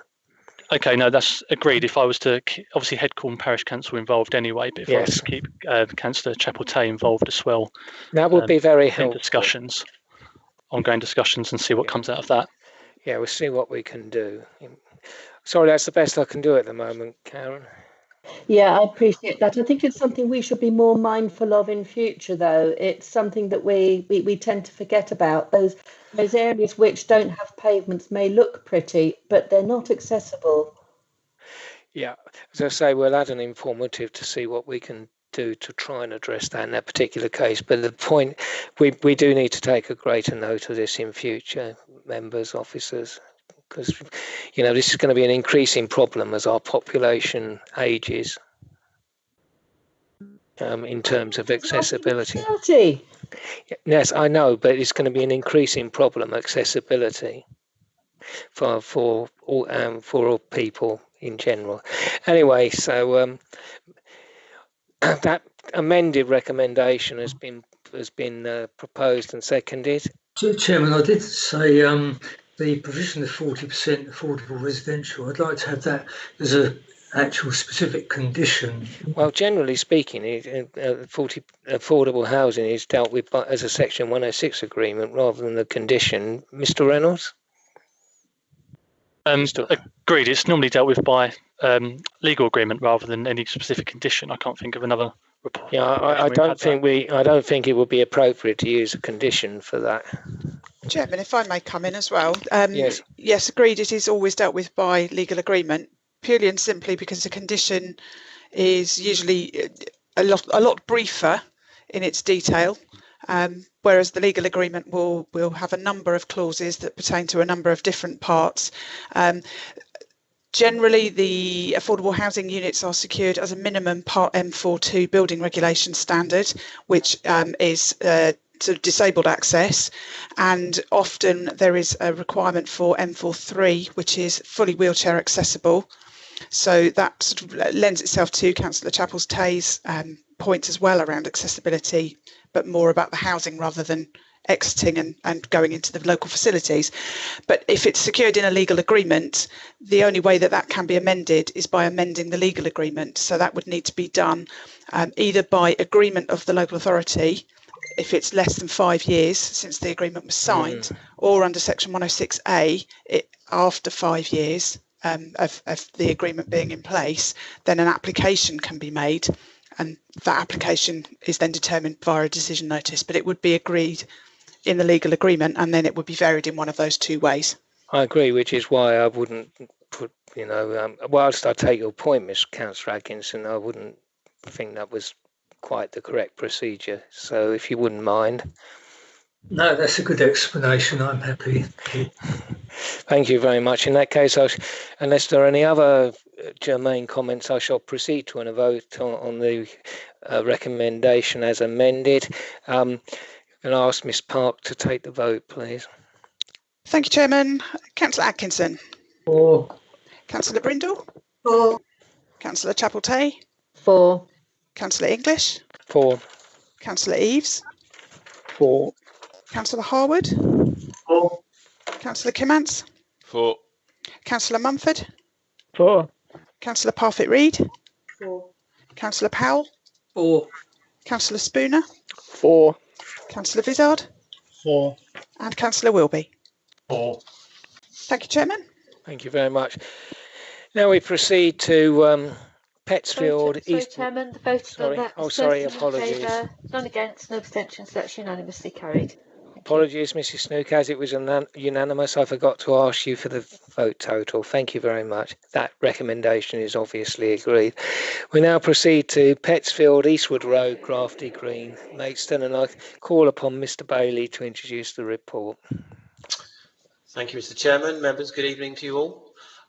Just something to update you on. Obviously, we've had additional representation. It has been sent as lobbying material to members, so I don't intend to go through it. That was the email sent on the 20th of October at 14:26.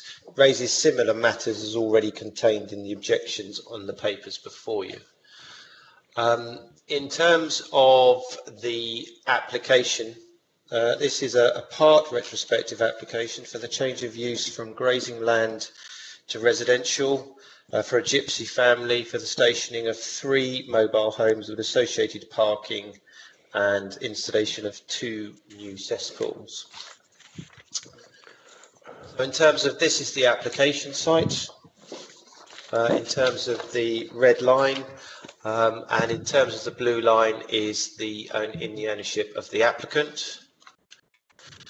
The aerial photograph of the site, and members will know the Grafty Green site, which is a self-build proposal proposed originally by Quinn Estates and came before this committee actually a number of years ago, and a lot of the houses have now been completed on the site. So that's the housing you see down here to the south. This is the application site. Slightly closer view of the site. You can see the road here, and you can see the existing tree cover around the site. The entrance is up to this northeastern corner up here with the existing layout on site.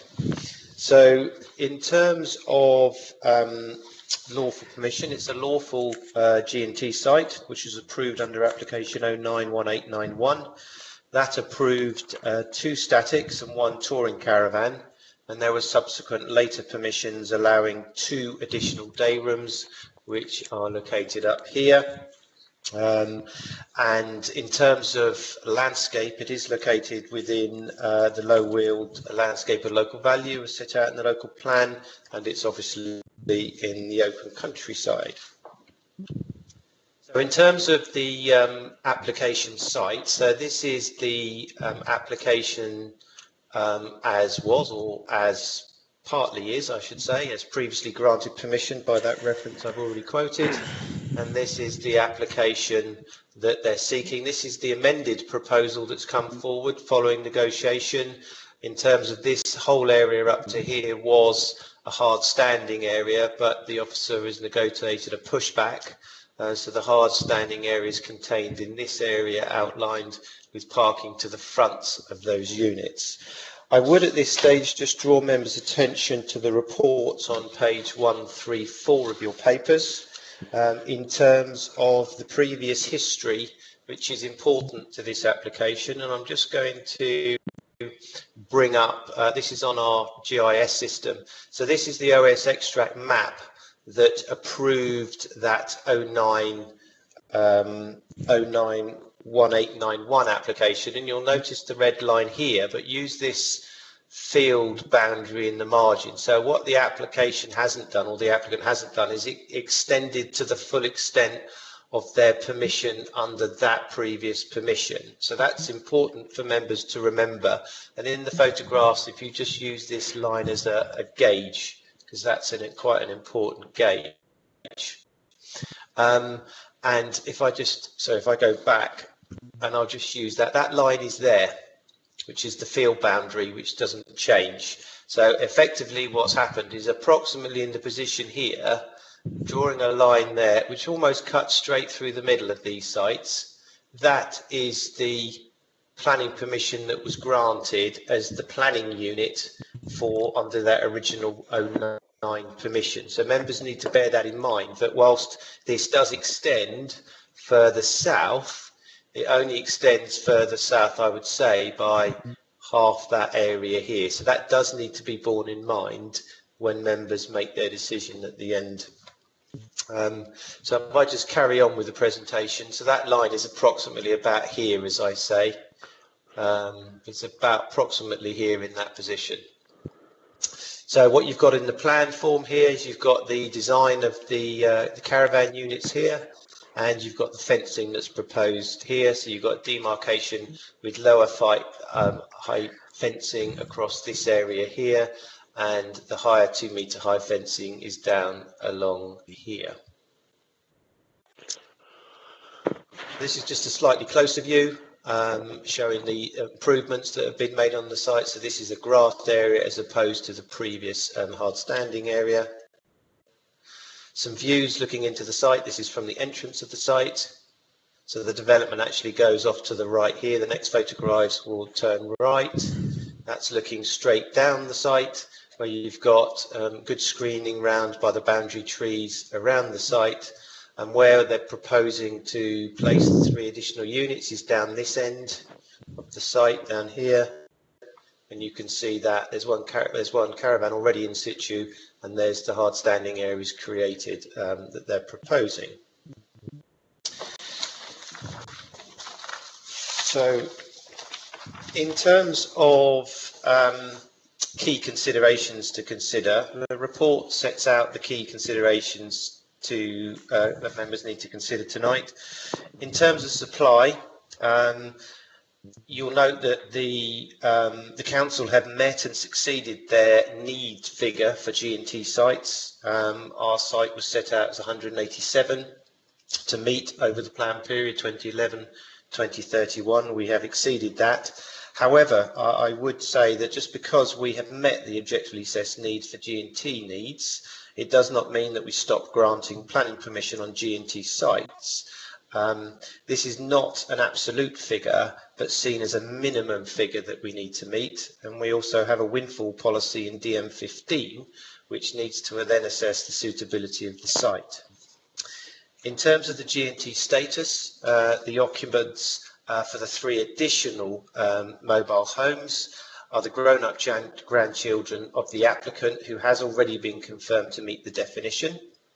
And they require their own accommodation now, and they meet the G&T definition on the basis that they still continue a nomadic lifestyle for work-related purposes, and then that therefore meets the definition as set out in the PPTS.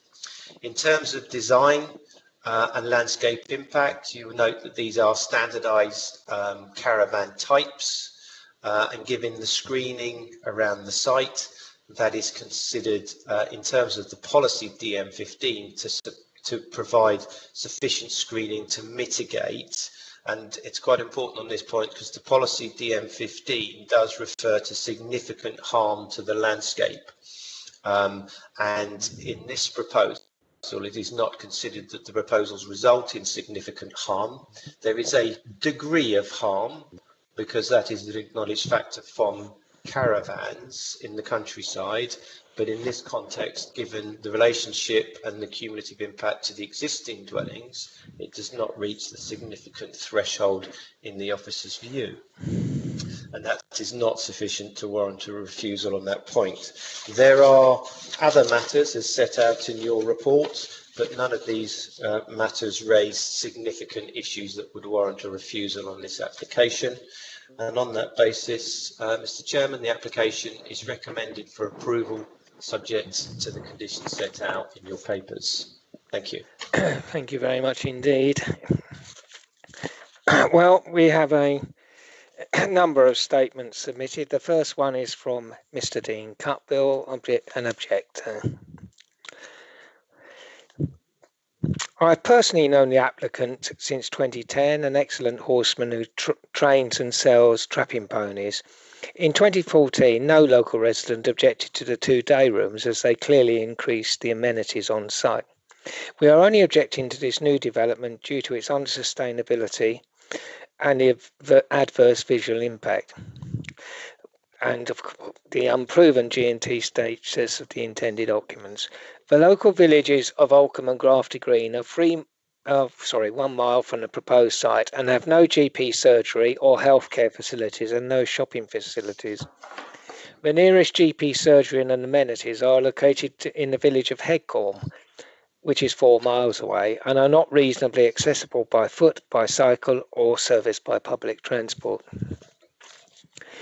Contrary to 630, the proposed development is not sustainable as defined under policies SS1, DM15 in the local plan, and as well as MPPF paragraph.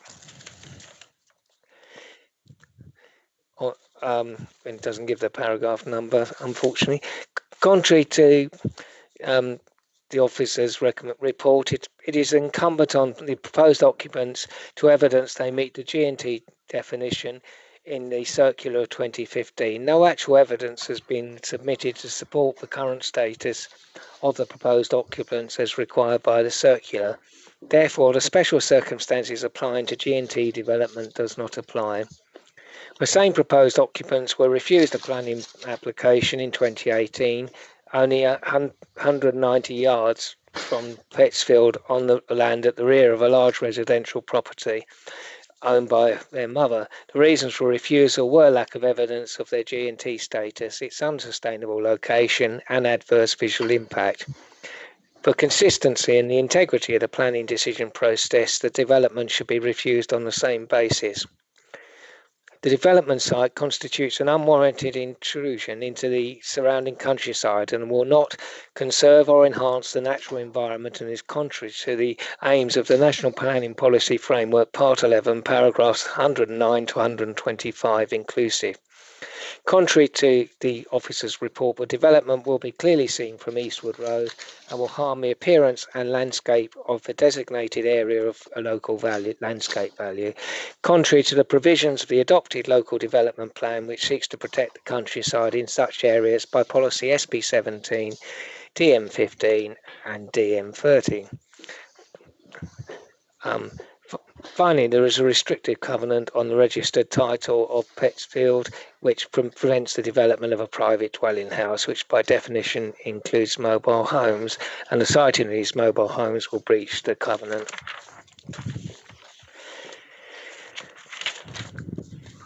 That was from Mr. Cuthill, an objector, and we proceed to a statement from Councillor Gorton on behalf of Bolton Malaby Parish Council. The Parish Council wishes to object to the proposed approval of application 2502-748 by as recommended by the Planning Officer on the following grounds. The same family were refused a previous application at Little Willows, only 200 metres away, because there was insufficient evidence to demonstrate that they met the definition of gypsy and travellers as in the circular of August 2015. That has not changed because the application contains no evidence of the current status of the applicants. Little Willows was considered as unsustainable 200 yards away. Nothing has changed at Petsfields that cannot be considered to fall under the same heading. The proposal will have an unacceptable cumulative impact on the surrounding communities who evidence is provided by the Ministry of Housing, Communities and Local Government that published figures in July 2019 confirming that there are over 200 caravans within 3 miles of the Oldham boundary and consequently Bolton Malaby, which is approximately 1% of the total number in England as a whole. The report is not consistent and the recommendation is not consistent with previous decisions by officers regarding the same family and a very close site which appears to meet the same criteria and to be subject to the same considerations. Therefore, we recommend that the application is refused. And finally, a statement from Oldham Parish Council. Oldcombe Parish Council wishes to see this application refused for the following reasons. The Circular 2015 states that local planning authorities should very strictly limit new traveller development in open countryside that is away from existing settlements or outside areas allocated in the development plan. The development site is situated within the low-wheeled landscape of local value. The Maidstone Character Guidance identifies the site as being within Oldcombe mixed farmlands. The area is identified as being of very high sensitivity with guidelines to conserve. Paragraph 11.3 of SP17 states that the council should seek to conserve or enhance its local landscapes. Any proposed development should contribute positively to the enhancement of the protected landscape. Below Weald is recognised as having distinctive landscape features which should be conserved and enhanced. DM30 states that the type, siting materials, design, mass and scale of any development should maintain or enhance the local distinctiveness of this valued landscape. A similar application of a site less than half a kilometre from Pettsfield was turned down by NBC in 2018 on the grounds that the stationing of 2 mobile homes results in ongoing harm to the landscape quality and rural character of the area. The officer's report goes on to state that the stationing of an additional 2 mobile homes would be contrary to the policies of SB17, DM15 and DM30 of the local plan. On the question of sustainability, and bearing in mind that NBC has recently turned down several planning applications in the neighbouring parish of Oldcombe on such grounds, including an application for 4 mobile homes less than half a kilometre from this site, is this a sustainable application? There are no essential facilities close to the site which would be easily accessible by means other than a private car. The nearest doctor and dentist surgery is in Headcorn. There is one very small shop in Grafty Green, approximately 1.5 miles away. This applicant and her family members would be highly reliant upon the private motor vehicle for their day-to-day needs and essential facilities. Indeed, there are 6 additional car parking spaces shown on the plans. The proposed site is surrounded by narrow, paventless, unlit stretches of road on all sides. At the heart of the NPPF is a presumption in favour of sustainable development. NBC should be fostering well-designed and safe environments with accessible services. Any proposed application should protect and enhance our natural environment. The Parish Council would therefore urge the committee to refuse this application. Thank you. There are no visiting members on this application, so we turn to members of the committee. I'm trying to separate previous comments. Yes, Councillor Chapel-Tay, is this in your ward, and would you like to say anything at this point? It is, yes. I'd like to say, make a couple of points. I've looked at this. I've looked at the details of previous applications in the area as well. I think it would be very unfair to question the Egyptian traveller status of this family. And on the whole, people who choose to live in caravans or mobile homes generally do come from a gypsy or traveller background anyways. And I'm sure if the officer is confident they are of that status, I accept that. I do think, though, that the remaining objections to this are as valid as they've been for all the other previous applications that we've refused in this area, in open countryside, in the landscape of local value. I actually went to drive past to see what was there, because we had the officer saying it couldn't be seen, the residents saying very clearly it could be seen. The answer is that as you drive past from Maidstone, no, it isn't visible. However, it is extremely visible back in the opposite direction. You see it as you come round the corner of the road. It can be clearly seen from there. I suspect it can also be seen from the Greensand Ridge. And secondly, it's an extremely unsustainable location. There's no pharmacist, there's no shops, no childcare, no youth facilities. There isn't even a local playgroup. There's no public transport beyond a bus twice a day from Grafty Green to Oldcombe and then into Maidstone, which takes about 2 hours. There's no public transport at all to Headcorn, which provides the nearest local facilities. So it isn't sustainable, and it hasn't become sustainable since the last time we turned down a very similar application a couple of 100 metres along the road. And that was, I think, in 2018. We turned it down on the 3 grounds that it wasn't sustainable, that it was in open countryside, of local value, and on that occasion on the Egyptian traveller status of the applicants. Nevertheless, that the 2 issues of sustainability, of local value still high. Thank you very much, Councillor. Councillor Harwood, you indicated next. Thank you, Chairman. I know this site very, very well, born and bred round here, and I think there's some fundamental points to make. Is that one, I think it would be very, very difficult for us to sustain an unsustainable location argument when you look at the site that we visited on the Grafton Green Garden Centre next door, where it's a kind of millionaire's row, and having had a walk round that site the other week and seeing how many cars there are in each of the new properties, which you would expect on such large properties with large car parking areas and quadruple garages, I think we're on a bit of a hiding to nothing. I actually think that the work that James and his colleagues have done to rein in the amount of hard standing is critical on the site, because actually it's a very small extension of the residential settlement on the site. However, I do think there's an issue that Karen identified about the visibility of this site. It's not the prettiest in the world, as you can see, and something has changed in the area surrounding everywhere, right from Grafton Green up to Elmstone Hull, and then all the way to Bourton Mallock, where we used to have big, tall, blousy, wide hedges. We've seen a creeping urbanisation. The hedges are now shorter. We've seen verges that have never been mown in my lifetime suddenly being mown. We're seeing a real change. And just in the last 5 years, this insidious urbanisation has crept in. So what I'm wondering, because we know that the land holding is actually the whole field, including where the horses are, that boundary could potentially be gapped up. There are significant gaps. There's some lovely big trees around it, but there's areas where the hedge has been eaten away or gone or collapsed.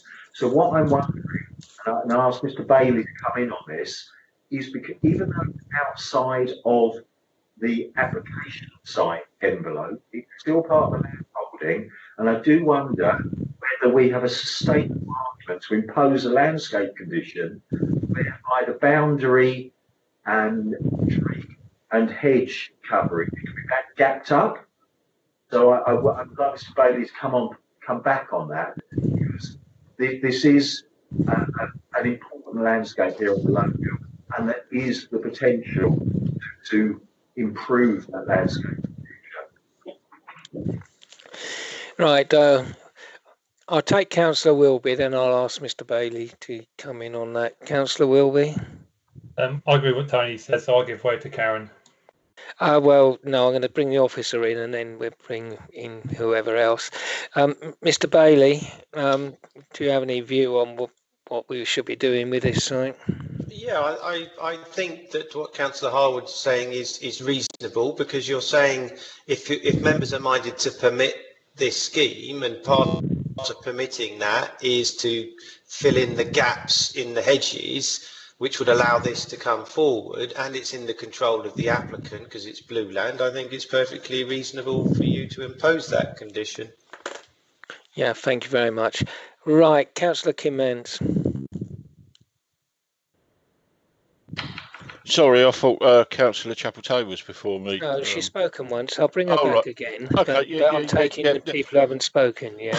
Yeah, sorry, Clive. But basically, what Councillor Harwood said, and it was just I was just picking up on something that one of the objectors, Mr. Cuthill, said about him being an excellent horseman. and having his pony and trap. You know, why do we sort of assume that they're going to use a car when he's an excellent horseman and he can revert back to using a pony and trap to get into Headcorn if he wants to? Well, that's true.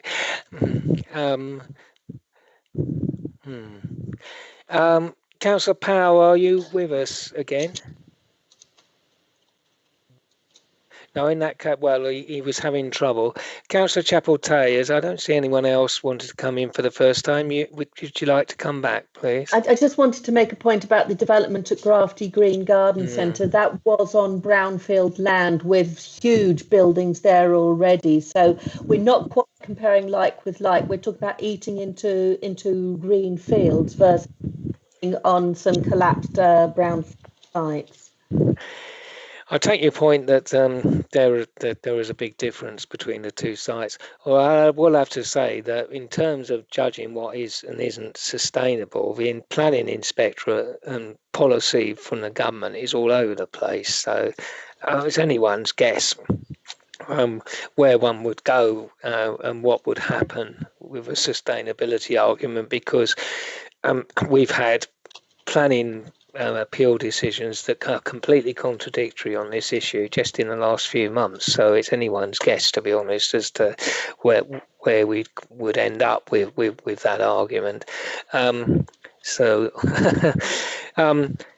Yeah, the more general consideration, of course, with the landscaping is there a solution? Looking at this site, I actually do think that you're right, Councillor Chapel-Tay, you can see it very clearly from one direction at the moment, or if not the other. But that would be resolvable. It would need a lot of landscaping. We're looking at a serious condition here, but it is achievable. Anyone else wishing to speak at this point? Councillor Wilby, you sort of waved. Did you want to say any more? As I think we're all going along the same route, I'd like okay, well, I'm going to. Councillor Harwood, would you like to? Sorry. Propose what I was going to propose, Clive. Yeah, of course. Okay, so I was going to propose that we go with what Tony has suggested, the gapping up of the areas to the south and to the north and the northwest, whatever it is, and for the officer to seek a native planting scheme. Okay, fine. Tony, do you think that's sufficient? We need a lot of landscaping here. Yeah, I mean, we can see from that aerial, it's absolutely plain where the gaps are in the boundary vegetable. Yeah. I suggest it will need what we will need to say, because that area has been eaten by the horses. So what we need to do is, as part of the landscaping proposal, is fence off some of that boundary and plant within it. So I think probably we've delegated powers to our landscape team to come up with a defensible planting scheme in its truest sense of the word, i.e. one that won't just get eaten the moment it goes in the ground. What I was saying, though, is that the landscaping scheme is so key here. Is it appropriate to say, it might be a bit over the top, but, we have actually said that, you have to do the landscaping scheme or the condition of the approval lapses?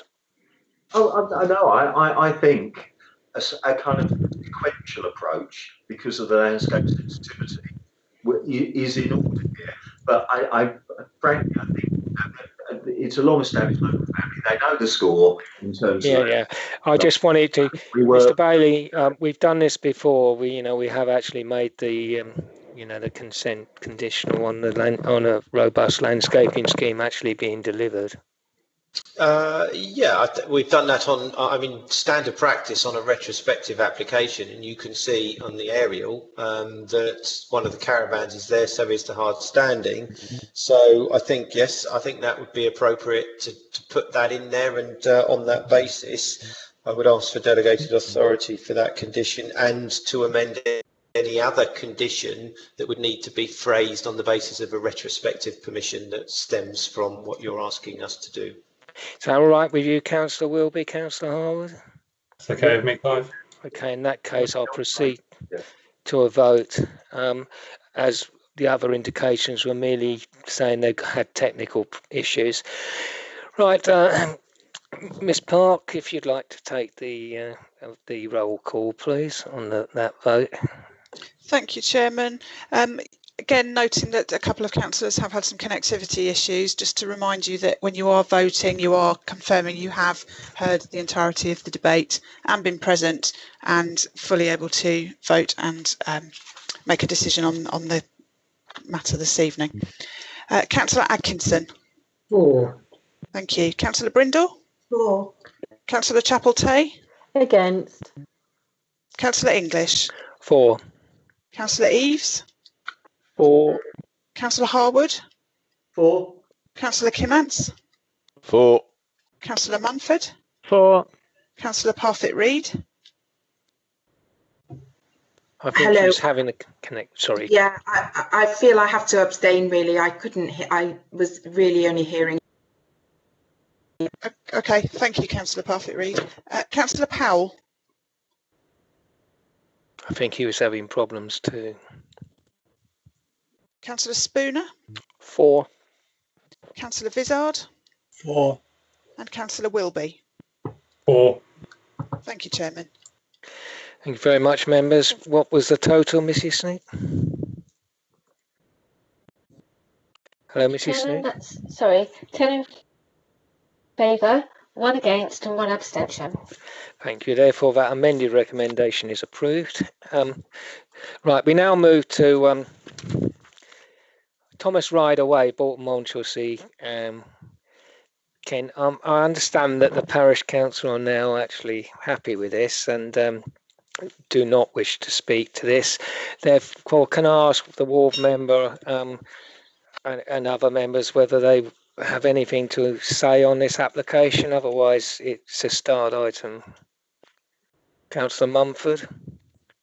I'd just like the officer's recommendations as per the papers. Seconded. In that case, all those in favour of the recommendation to grant approval? Agreed. Agreed. Agreed. Right. That is. Chairman, can we take a vote on that, please? Yes, please, if necessary. Okay. Ms Park, would you take the vote? Yeah, thank you, Chairman. And apologies, I didn't catch who was the seconder. Councillor Harwood. Thank you, Councillor Harwood. It was a lot of sort of people jumping in at once. So this is for approval. Councillor Atkinson. 4. Councillor Brindle. 4. Councillor Chapel-Tay. 4. Councillor English. 4. Councillor Eves. 4. Councillor Harwood. 4. Councillor Kimmants. 4. Councillor Mumford. 4. Councillor Parfitt-Reid. 4. Councillor Powell. No, disappeared. Councillor Spooner. 4. Councillor Vizard. 4. Councillor Wilby. 4. Thank you, Chairman. Thank you very much. What was the vote, Mrs Sneak? Thank you, Chairman. Of those present and voting, that was 12 in favour, 9 against, no abstentions. Thank you very much then. We're staying in the sunny and delightful parish of Bolton Monchelsea for the next application, which you may remember were from previous meetings, which is west of Church Road, Bolton Monchelsea. And I call upon Ms Geary to introduce the report. Thank you, Chair. Can everybody see the presentation and hear me clearly? Oh, absolutely. Loud and clear. Yes, as the Chair has explained, this was a deferral from the last planning committee in September. It was deferred for a number of reasons, the main one being the removal or relocation of the communal building / clubhouse and some provision of extra data on highways issues, specifically crash data at the junction with Heath Road, and time for trip data and vehicle movements to be assessed by the Parish Council and the KCC Highways Transportation. I'll just very quickly go through the slides just to make sure in case anyone wasn't at the previous meeting. This is the aerial of the site in Bolton, Chelsea. Some photographs of the site boundaries and the significant landscape screening that exists. This is the access point to Church Street, and the pavement will be at grade. So basically, there'll be no curbs between the pavement and the access point. the road inwards, which has been commenced. This is the layout that members looked at the previous meeting.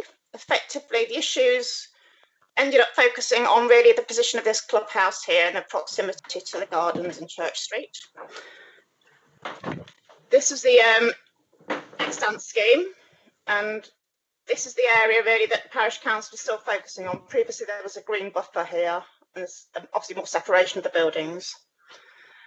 Just to refresh members on what the scheme is, which is basically 24 low-rise single-storey buildings, 24 C2 units and the communal building.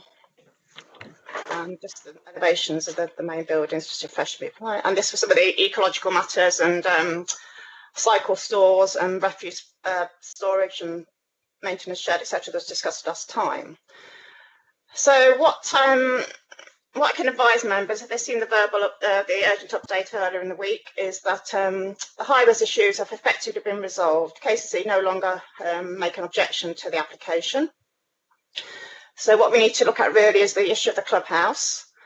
As was debated at the previous meeting, although there was some question mark between some members about the need for the clubhouse, I can confirm that as a C2 use, it's fairly fundamental that there is a communal building, just to give that character of the use, distinguishing it from normal retirement bungalows. It's the care element that makes this communal building quite key. So what the developers have done is just look at switching it around in terms of the site. And what they've done basically is flip these two areas over here. So the clubhouse communal building is now here, more centrally sited. And they put two semi-detached bungalows where the clubhouse used to be. Obviously, we still don't have the buffer that the parish council wish to see, and the developer doesn't prefer this scheme. It feels it's not the best layout because effectively the clubhouse is now a more generous plot, and these two units are fairly squashed in with pretty small gardens which are north facing. This plot in particular has a garden that's against the flank of the adjoining property. But what the and also what the developer's done is just explain that they feel that the previous layout with the clubhouse at the entrance, that there's very adequate distances to the properties in Church Street. As you can see, it's sort of like all in excess of 30 metres distance. So they're fairly confident that there's no issue. And at officer level, my recommendation is the original scheme be permitted, that the clubhouse at the entrance to the site is acceptable in terms of residential amenity and there's no need for a buffer. But what's before members is effectively both schemes, and the developer's happy to go with whatever scheme members feel is preferable, with those issues being discussed at the meeting this evening. So just to confirm, the recommendation is to permit with a legal agreement, but two schemes are before members. This one here, where the clubhouse is centrally, and just going back, this is the scheme that the developers would prefer to have approved. That hopefully will explain the issues for debate and the presentation is concluded.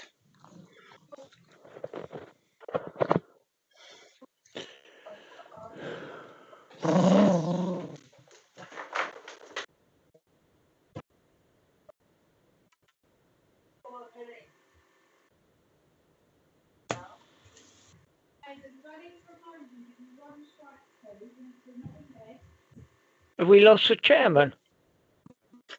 Sorry, he hasn't taken over. Sorry, I've got a connectivity problem. It was fading out there. Can I ask the officer to, because I think, to actually read out the Bolton Monchelsea's report, because I am having a problem and I expect I might.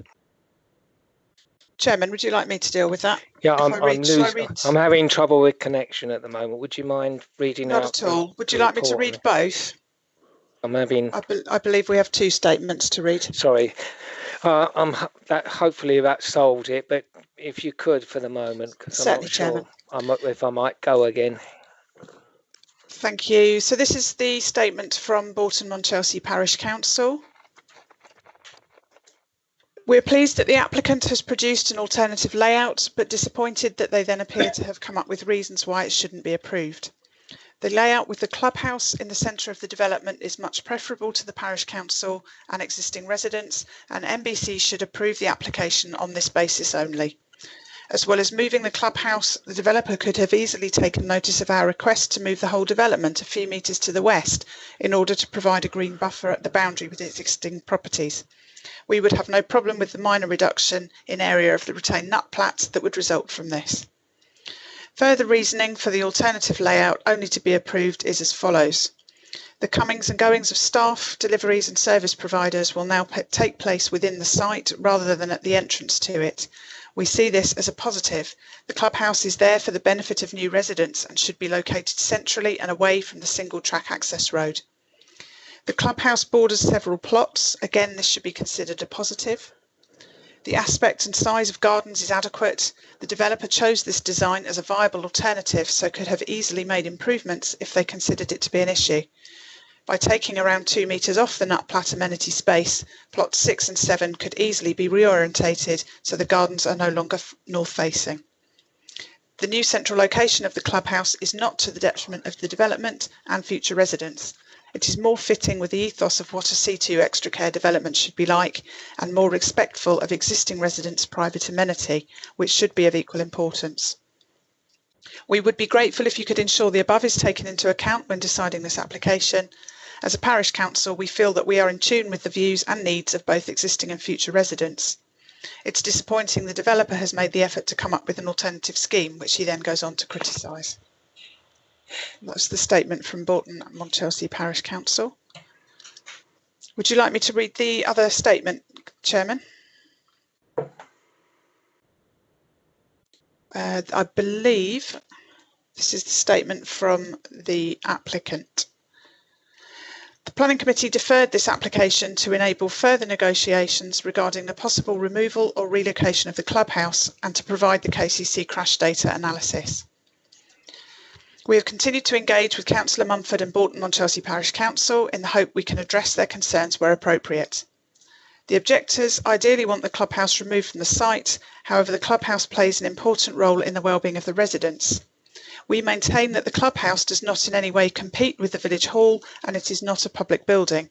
The building is not a noisy building, but there will be comings and goings of residents, visitors and staff, and the location at the entrance to the site makes perfect sense. We have produced a plan showing the distances from the proposed clubhouse to the neighbours in Church Street. The distances are significant. We also think it is significant that neither of these neighbours have objected to the development nor the siting of the clubhouse. The only residential objector to the siting does not share a boundary with the clubhouse. We have been asked to look into moving the clubhouse and therefore have provided a plan showing it at an alternative location within the centre of the site. We still believe the originally submitted location provides the best outcome and would like the committee to permit this. However, both options are on the table to enable councillors to debate the issue. The crash data has been supplied by KCC and shows no change to that previously approved. In conclusion, no changes are proposed to the permitted junction. There is no change in the crash data. There are no outstanding highway safety issues. The principle of development is not in question today, rather it is for the councillors to decide which layout produces the best outcome. We continue to promote the location of the clubhouse at the entrance to the site, but shall gracefully accept the instructions of the committee. And that's the end of the statement. Thank you, Chairman. My apologies, as I feared, I'd lost connectivity completely there for a moment. I think I've found the problem, so we should be all right. Councillor Mumford, this is your ward. Did you wish to come in immediately? Yes, if I could, I'll be able to propose something. The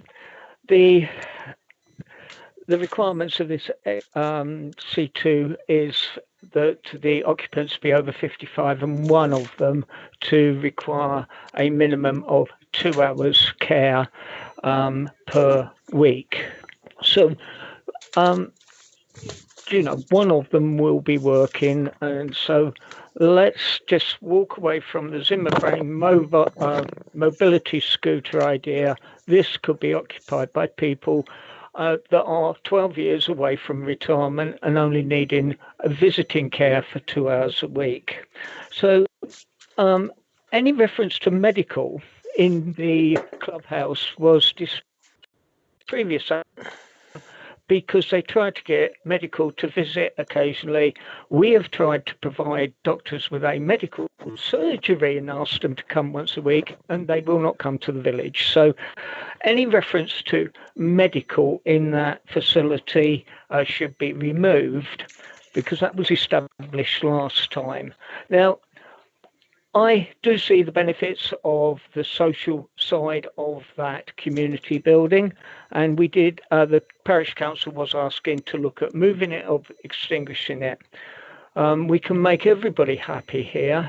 They've gone away from the idea of extinguishing it, but the developer has willingly given us another plan, which the parish council have accepted. They also accept that there is a possibility of 6 and 7 having a larger garden by simply moving forward into the open space. Now, quickly going through their things, they've put in your things that in your papers, west-facing gardens, which I don't believe has got any relevance to planning. They say previously the clubhouse only bordered plot 1. Now it shares with 3, 5, 8, and 9. Well, yeah, it used to border plot 1 and 2 of my residents. The request for moving the building comes from the parish council and 1 resident. The parish council represents all the views that are taken into it by all the residents. The owners of the properties adjacent, 1 property has been empty for 10 years, and the other one, the residents move away and now rent it out. That's why you haven't got any problems there. Now, I would like to propose that we approve the application, because remember, all we're looking at is an extra 6 units. The developer is trying to extend his profit, quite rightly, by putting 6 units in there.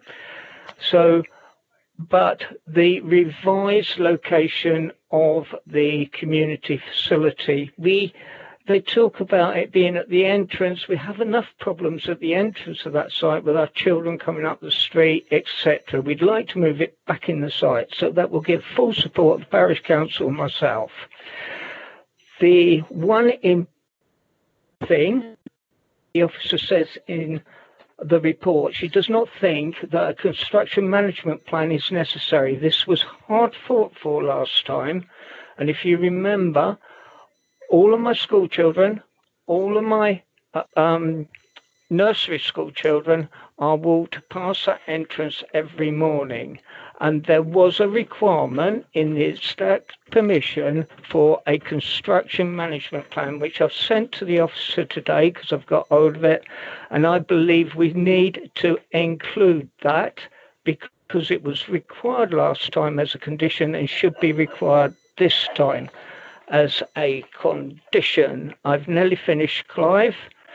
On one of the conditions, I'd like to see where there's an allocation of funds to open space. It says 1 kilometre. I would like that to be extended to 3 kilometres because there are a number of semi-natural wild open spaces that could receive that funding. And yeah, I would just like to propose that we satisfy both the developer who's put this forward and the parish council and the residents. And I'm proposing that we accept the new location for the clubhouse with those minor amendments to the condition and a construction management plan from the last estate commission to be brought forward. I see that Councillor Wilby has indicated he will second. Is that the whole package, Councillor Wilby? And would you like to speak now? That is the whole package. I think Steve covered that in quite some detail, to be honest. I think we just add into it, we'll just waste more time. Okay, thank you, Councillor Wilby. That's very good of you. Councillor Atkinson. Yeah, thank you, Chair. I agree with Councillor Munford. Just a couple of amendments I would suggest to the conditions. First of all, on page 107, it says occupation only within Class C2 by those aged over 55. I think the idea is that it's people aged 55 or over. So that phrase... Yeah, so we're rather unfortunate if you got to 56 and had to leave. Well, that's right. So what's it really? I mean, the words those aged over 55 should be replaced by persons of 55 years of age and over. And I think that will clarify what the applicant is intending. And then my usual thing on condition 12, ex sycamores. Otherwise, I'm happy. Thank you. We're going to have to give you an official title in the council of Scourge of the Sycamores or something, but yes. Solitary bees. I imagine that as those are fairly minor amendments, you'd be okay with those councillors Wilby and Mumford. Yeah, quite happy. Okay. I'm okay as well, but I actually didn't see any sycamore in the tree planting schedule. I saw some field maple, but no sycamore. Well, long may it continue then. Okay, anyone else wishing to speak? Councillor Chapelday, please. I wish only to ask that before we move this to the vote, we make it absolutely clear which one we're voting for, because I'm beginning to get a bit confused. It's the revised option, not the original Okay, option. thank you. Yes, that's absolutely, definitely the case. Is everyone clear on everything? Right, in that case, the amended recommendation to approve the second revised location of the clubhouse and those amended conditions. Although, can we take a vote on that, please, Ms. Park? Certainly, Chairman. Can I just check as well that that is with delegation to officers to suitably word those amended conditions, just so we've got that for the record? If I never say it, that is always the case, yes. Thank you, Chairman. So, Councillor Atkinson. 4. Councillor Brindle. 4. Councillor Chapelday. 4. Councillor English. 4. Councillor Eaves. 4. I assume Councillor Harwood's not here at the moment? Not at the moment, no. Councillor Kimantz. Unfortunately, I lost connection, so I'm going to have to abstain due to me not listening to all the presentation and the arguments. Okay, thank you for that. Councillor Mumford. 4. Councillor Parfitt-Reid. 4. Councillor Powell. No, he's not back. Councillor Spooner. 4. Councillor Vizard. 4. And Councillor Wilby. 4. And what was the total? Thank you. What was the total vote, Mrs. Snook? Hello, we've lost Debbie. Well, the recommendation was... Sorry, Chairman, I was chasing about something like other people. So that was 10 in favour and 1 abstention. Thank you very much indeed. Voting. Thank you. Thank you very much indeed. Well, we move on reasonably rapidly to Chegworth Mill Farm, Chegworth Road, Harwich. And upon the officer to introduce the report. Good evening, Chair. Just bear with me whilst I get the presentation up. Here's a special display for Councillor Atkinson. Oh, isn't that nice? Thank you so much, Austin. That's lovely. That's a pleasure. Thank you, Chair. Page 87 of your report, item 17. This is Chegworth Mill Farm. This is a planning application for the change of use of the land and the retention of 3 glamping tents and associated amenities. The application site comprises a crescent of land bordering Water Lane. You can see the remainder of the applicant's ownership in blue, and this is relevant, and I'll come on to the reason why later. To the southeast of the site, there are extensive commercial orchards. Immediately to the west, you have the historic core of the hamlet, which is centred around the old mill and the River Len, and further cottages to the northeast of the site. This plan shows the position of the 3 glamping tents. They themselves are located some distance from the immediate neighbours. The amenity buildings are sited along the site access. I have deliberately shaded this area of land here because whilst this is not in the red line, it is used by visitors to the tents, and I'll explain the issues that the neighbour has raised regarding that relationship as I go through the report. These are the actual tents themselves, as this is a retrospective application. This is viewing across the meadow with Water Lane behind and below the hedge, and you can just see the rooftop of the cottages beyond. The public right-of-way is screened predominantly by that very large row of trees. These are the amenity buildings. You have 1 shower block for each tent, a communal food prep area, and just off shot to the right, a similar shed that is used for storage by the applicant.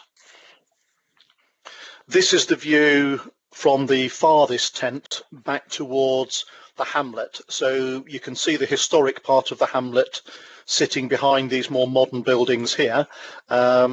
You can see that the land lies lower than the application site, and at least one of the neighbouring properties shares a common boundary. I've taken these pictures from the applicant's website simply to demonstrate that it is clear that the meadow is really part of the setting and marketing of the units. And returning to this drawing, this boundary here is the immediate boundary with Chegworth Mill House, who have raised a number of concerns regarding noise from the tents, from activity of campers in this area, and on occasions people coming up to the boundary and effectively causing disturbance and loss of privacy. The applicant has agreed, and the land is in their control, so it's perfectly feasible, to create a visual and physical buffer screen within this zone.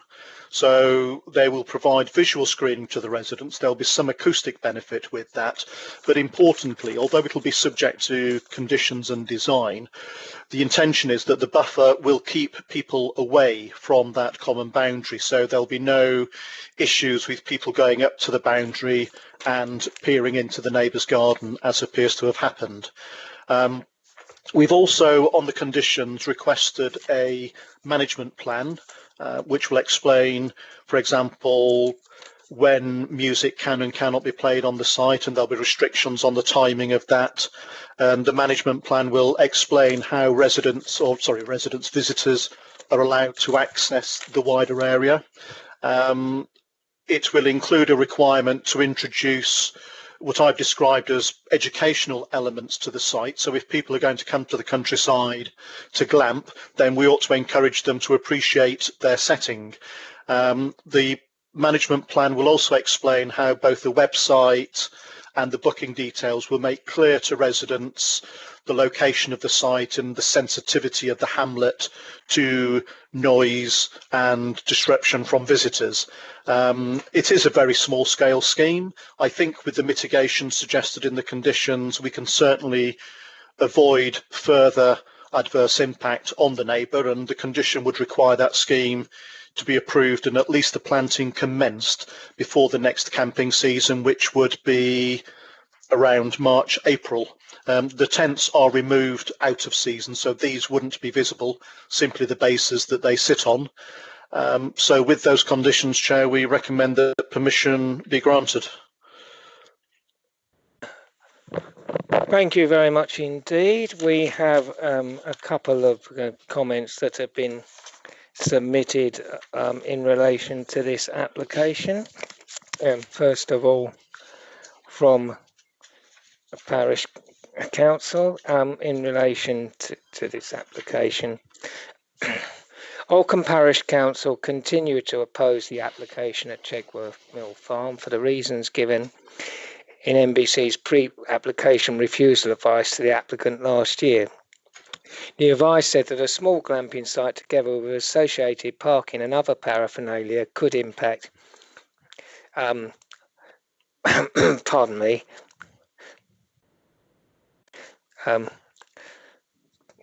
could impact the character, pardon me, appearance and visual amenity of the countryside unacceptably. Rural tourism in the countryside, both in the local plan and the NPPF, is subject to landscape impact, neighbouring amenity, ecology and traffic implications. This application fell short on all these counts. The site is in the Len Valley landscape of local value, which policy SP17 says will be conserved and enhanced. The application is for an inappropriate commercial development in the middle of a quiet hamlet in the valued and ecologically important Len Valley landscape of local value. The mitigation measures proposed in the report will not reduce the impact of noise, traffic overlooking and light pollution on the neighbours. The report recognises there are problems and quotes the policies that are in place to stop them. The adverse impacts unacceptably accept the heritage setting and residential amenity of a number of listed dwellings, which constitute about 30% of the hamlet's housing stock. As so often in these rural proposals, hedging is presented as a cure for all the adverse effects mentioned above. It does not work. The problems still remain. One of the conditions suggested in the report is to limit loud evening music. This sums up the inadequacy of the mitigation proposals. How do you define loud? The fact is that any noise emanating from this site will echo half a mile across the hamlet and be unacceptably intrusive. Is a report suggesting that daytime music would be acceptable? Water Lane is a very narrow single track with hedges up to the road. This site is not appropriate for an increase in traffic because the lanes are not car friendly, to put it mildly. National Planning Policy Framework paragraph 47 clearly says that planning law requires like applications like this should be in the local development plan. It is not in NBC's local plan, and therefore we urge the committee to refuse this retrospective application and to preserve the rural character of this historic hamlet. And that is from Councillor Peter Titchener on behalf of Oldcombe Parish Council. And we have a submission from the applicant's agent in relation to this. Thank you, Chairman, for the opportunity to speak at this virtual committee on behalf of the applicant. Firstly, we note that rural tourism is supported in both the local plan and the NPPF, subject to the following four conditions and considerations: landscape impacts, neighbouring amenity, ecology and traffic. To reiterate, the case officer's conclusion in the delegated report, this proposal is small scale with just 3 tents and associated amenities. The tents and amenities are discreetly tucked away from immediate boundaries with neighbours. We note the case officer has proposed a condition for a management plan providing details of site management measures designed to ensure that the amenity of neighbours is not adversely affected. This is welcomed by the applicant. Given the nature of the developments, we submit that the proposal would not cause any material landscape or traffic implications. A preliminary ecological appraisal which concluded that the development would not cause any ecological harm was submitted as part of the application. Policy SB17 of the local plan is clear that development will only be permitted in the countryside where it accords with other policies in the plan. Paragraph 83 of the NPPF and local plan policies SB21 and DM38 offer support for rural enterprises such as holiday tents outside settlement boundaries which are of an appropriate scale, unobtrusively located and do not affect neighbouring amenity. We are currently in the midst of a global pandemic which has forced holiday makers to reside and holiday largely in the UK. and has brought a significant downturn in the economy. This proposal will play a role in supporting the Maidstone's tourism economy. To quote an article released by NBC in 2017, Maidstone's visitor economy grew by 8.7% in 2017 and was estimated as being worth 238 million. The total number of jobs supported by tourism accounted for 8% of total employment in Maidstone in 2017. The growth of tourism can only be supported if suitable, sensitive, alternative, modern holiday accommodation which appeals to a wide audience continues to come forward in the borough and supports local tourist attractions. Rather than propose 3 large holiday cottages, the applicant has considered the benefits of glamping, well-designed seasonal tents that can be erected and taken down within a period of time to allow holidays for families on an affordable basis. Since the opening of the site, it is key to note that the applicant has worked closely with local businesses and has supported the local economy by booking 108 people into Leeds Castle, 12 people into Go 8, 3 people into Segway Tours at Leeds Castle, 49 people into the Parkgate Public House, and has seen visitors spend a considerable sum of money at Chegworth Valley Fruit and Juices. At a time when we're encouraged by central government to help the economy recover, the application at hand is clearly a positive and creative way of helping boost the struggling local economy and should therefore be supported. We ask the committee therefore to approve the application.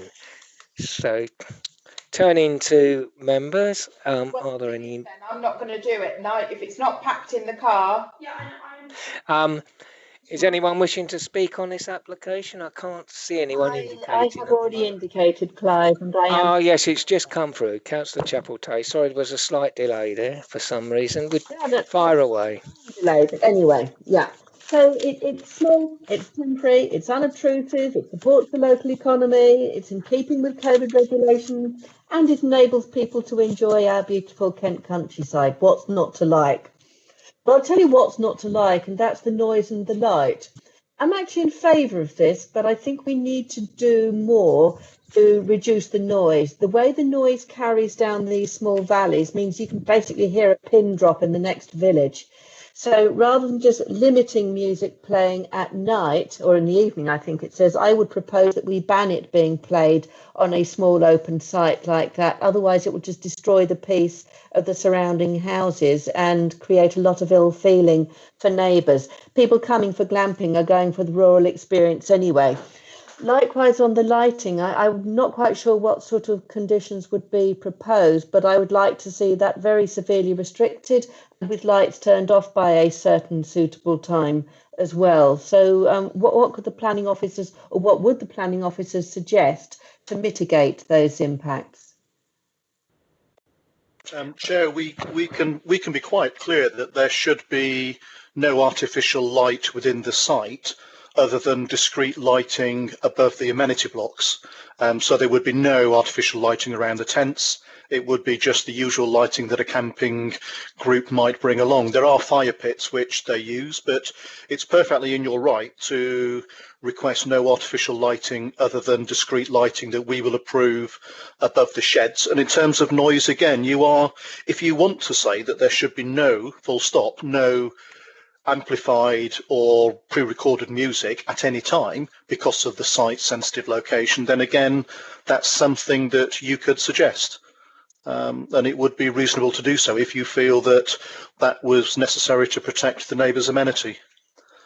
I would like to do so then, because I think that would protect them. Otherwise, I think there are a lot of good things to be said in favour of this. Yes, we can certainly, with delegated approval, modify the conditions to make clear that those 2 points are not for negotiation in the management plan. Yes. Thank you very much. Right, Councillor Wilby, I think you were next. Well, I basically agree with Councillor Chapeltay about this, apart from the actual music thing. I understand about the surrounding neighbours, but I think we can manage it better with a noise decibel kind of actual rating rather than saying no music during the day, because people get in their car and turn their car up full blast when they leave. It seems a bit. So I can understand times. So say between the hours of 8:30 till 8 in the morning, I think that's quite reasonable. But I think in the daytime, having a radio on while you're sitting outside, I don't think it's an issue, to be honest. So I will propose what's on the papers with actually making sure that amendment with the actual lighting is put in. And yeah, I would like to propose what's on the paper with the amended lighting. Right. Are you? So you're not saying that we should have a restriction on music in the evening then? I say we should. Yeah. So we should have a restriction from 8 to 8 in the evening to 8 at night. Okay. Fine. Right. Is that seconded? Anyone seconding that? I'll second that. Would you like to speak, Councillor Atkinson? Well, yeah, to agree with that, and also a couple of things on the conditions. On condition 5, fair enough to protect the trees and hedgerow, but we should be using non-plastic protection nowadays. So I'd like that specified. Excuse me, I'm losing my voice. Some say is a good thing. And secondly, condition 3. I think we could possibly put in specifically about information packs as described in paragraph 619. Yeah, that's my only comments. Thank you. Right, thank you very much. Can I just check, was Councillor Chapeltay's original motion seconded? I didn't see a seconder. Was there one? Snook, was there a seconder for that? I didn't think there was. So what we got is the main motion. Councillor Mumford, I didn't have a seconder for that. No. Councillor Mumford, would you wish to speak now? I see you've indicated. Yeah, just quickly, so I know where I'm voting on this. I got a little bit lost when the officer was talking about the buffer zone that he was going to put in for Mill House. Could we just quickly remind me of what was said there? Yes, if you could, Austin. Chair, yes, Chair. This photograph here shows the application site and the red line boundaries effectively here. This is the meadow that is also in the applicant's control, which you can see campers are able to sort of wander through. These are the neighbouring properties in this cluster down here, and it's this boundary here where there is an immediate relationship. So some of the properties have substantial planting, others have lower planting, and there are gaps in the hedges. So the intention is that there will be an ecological zone of a significant depth from that boundary back into the meadow that that campers will not be able to access. So it'll be both a visual buffer, but it'll be a physical buffer to stop them going up to the boundary with the residents. So we'd probably expect, some appropriate rural style fencing, and then the ecological and landscape buffer beyond that. And that's to be approved later, yeah? To be approved under condition, yes. Okay, thank you. And that meets your concerns, Councillor Mumford? Yes, yeah. It's just I'm getting old. I got a bit confused while he was explaining it first time. Well, I don't think it's unique to you, Councillor Mumford. Right, I don't see anyone else wishing to speak, so we've got an amended recommendation. Is everyone clear what it is? I don't see anyone saying they aren't clear, so in that case, amended recommendation to grant consent with with a lighting condition and the hours of music being restricted. Have I got that correct, Mr. Mackey? I've got the hours that Councillor Wilby suggested were 8 p.m. to 8 a.m. Correct. Okay, in that case, can we... Yeah, I did also suggest condition 5 should specifically... Apologies, yes. Exclude plastic guards for the trees and hedgerow. Oh, yes. Very true. My apologies, Councillor Atkinson. Right. And Chairman, was something to do with an information pack as well? Yeah, condition 3, yes. Well, yes, it's specific. Just to confirm, I've got lighting condition, hours, an amendment to condition 5 to make it clear that it shall not be plastic protection, and that there's specific reference in condition 3 to the information packs. Thank you. That's very handy. Right. In that case, would you take the vote, please, Mrs. Park? Ms. Park. Thank you, Chairman. Councillor Atkinson. For. Councillor Brindle. For. Councillor Tay. Abstain. Councillor English. For. Councillor Eves. For. Councillor Harwood, are you back? Would seem not. Councillor Comance. For. Councillor Munford. For. Councillor Parfitt-Reed. For. Councillor Powell. No. Councillor Spooner. For. Councillor Vizard. For. And Councillor Wilby. For. Thank you, Chairman. Thank you very much, Miss Snook. What's the total score there then? Thank you, Chairman. 10 in favour, none against, 1 abstention. Thank you very much indeed. We now proceed to the exciting parish of Coxheath for the contingent application land sale for Forstall Lane. I don't have anyone down to speak on this. Are there any urgent updates on this? I'm not aware of any. Miss Geary, are there any urgent updates on this report? No interest or any of course kind shown in these cases. Right, as there are no right, as no one's indicating they wish to speak, I'm going to move this to a vote. I therefore move the recommendation on the papers. Is that seconded? Yeah, seconded, Councillor Comance. In that case, can we take the vote on the application, Miss Park? Sorry, Chairman, I was just mouse chasing. Right, yes, it's a fun sport. It'll catch on, I'm sure. So, committee will be aware there are 2 recommendations on the papers, so we will need to do 2 votes. Indeed. The first being the application 20503259 stroke sub, which is the part revision, if I'm correct, of condition 3. So if we take the vote on that one first, please. Councillor Atkinson. For. Councillor Brindle. For. Councillor Chapel-Tay. For. Councillor English. For. Councillor Eves. For. Councillor Harwood. No. Councillor Comance. For. Councillor Mumford. For. Councillor Parfitt-Reed. For.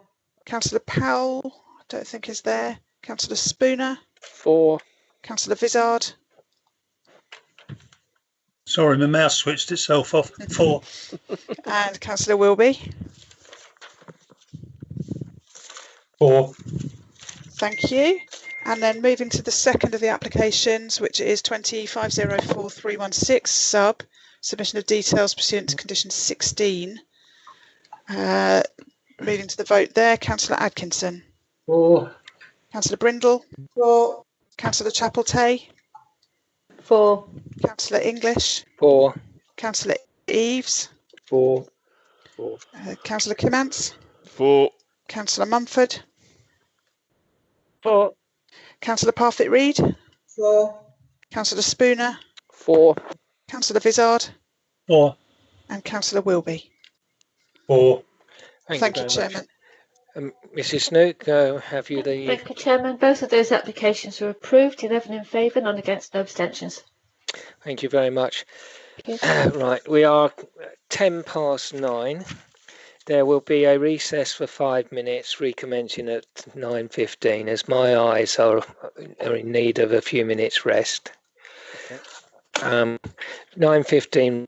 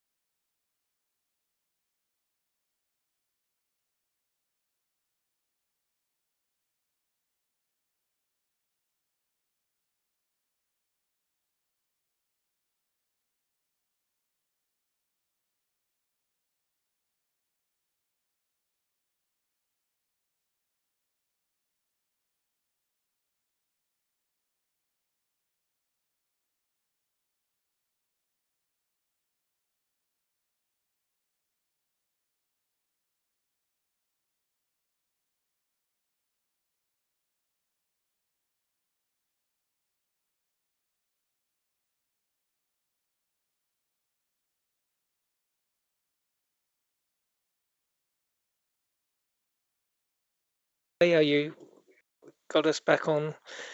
Yep. Thank you very much. If you can take the roll call, Mrs. Snook, please. Thank you, Chairman. Councillor Atkinson. Yeah, I'm back. Councillor Brindle. I'm here. Councillor Chapel-Tay.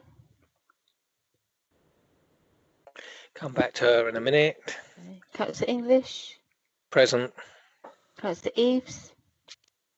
Present. Councillor Harwood, are you back?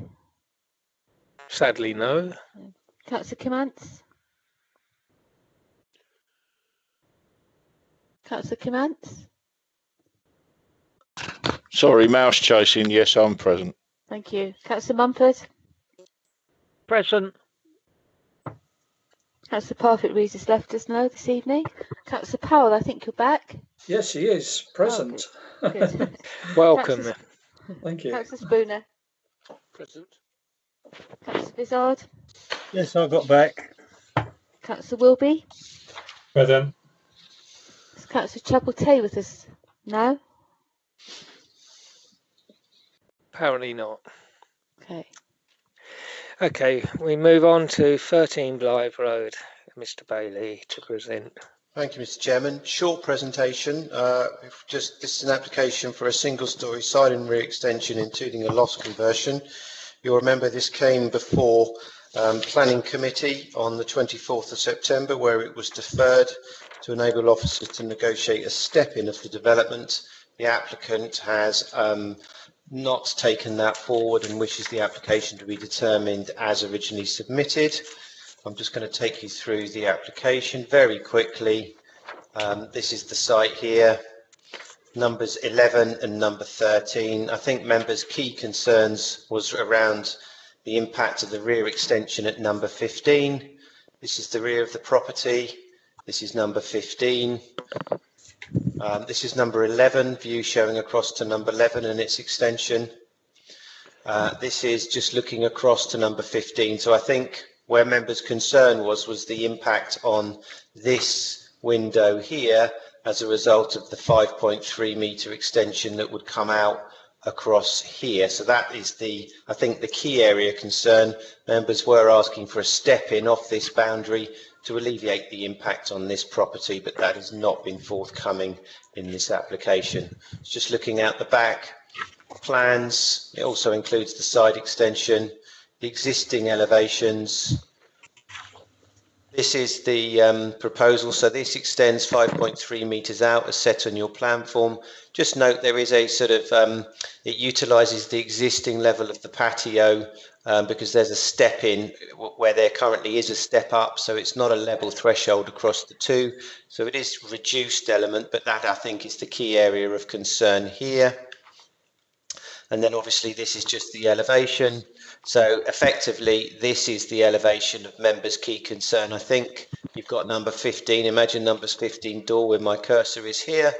And that is the extension, the 5.3 metre extension of the flat roof area. And obviously behind it is that pitched roof. But so that is it there as being the key bone of contention from my recollection of the last discussion. And in terms of the report sets out the key issues to consider. Page 168 of the report does set out the light impact assessment test that was carried out, paragraph 618. If members can just note that on paragraph 618 of the report. It did say the test failed it on the floor plans, but passes on the elevational tests in regards to the patio doors at ground level on number 15. The officer's report is for recommendation. And I've nothing further to add, Mr. Chairman. Thank you. I think you meant for approval. I did, sorry. The officer's, yes, sorry. The officer recommendation is for approval. Apologies. Thank you very much, Mr. Bailey. We have two submitted statements from local residents. I'll take the first, which is in the name of Mrs. Durling, number 15, I believe. Dear councillors, following the planning meeting on the 24th of September, I would like to extend my thanks to committee members for their concerns, comments and the suggestion that the applicants may wish to consider a step-in of 1 metre from the boundary. This would hopefully have helped to resolve the detrimental impact that this extension would have had on my property. It was very disappointing that the applicants chose to disregard your suggestion, making no effort to try and overcome the problem. I'll keep this brief, but my previous concerns and objections remain the same, and I fully support Mr. Marriott's concerns and objections as well. I am relieved that members have recognised how detrimental the flank wall on the boundary would be, and that they have voiced their concerns regarding the bulk and size of the extension being out of proportion with the property. The impact with number 15 on number 15 with the flank wall being on the boundary, how uneasy this made the councillors feel. Concerns regarding the impact on number 15 therefore led to the proposal that the depth should be reduced or to be moved 1 metre away from the built boundary.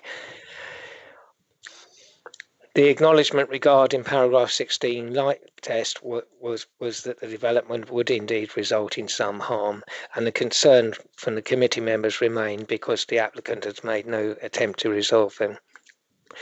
The officer indicated that the proposal is not an uncommon development, but there are no other 1930s style property on the road whose footprint is 103% larger than the existing property, has a loft extension with dormer windows, and the planning permission of a 2-bedroom annex, which was granted earlier this year.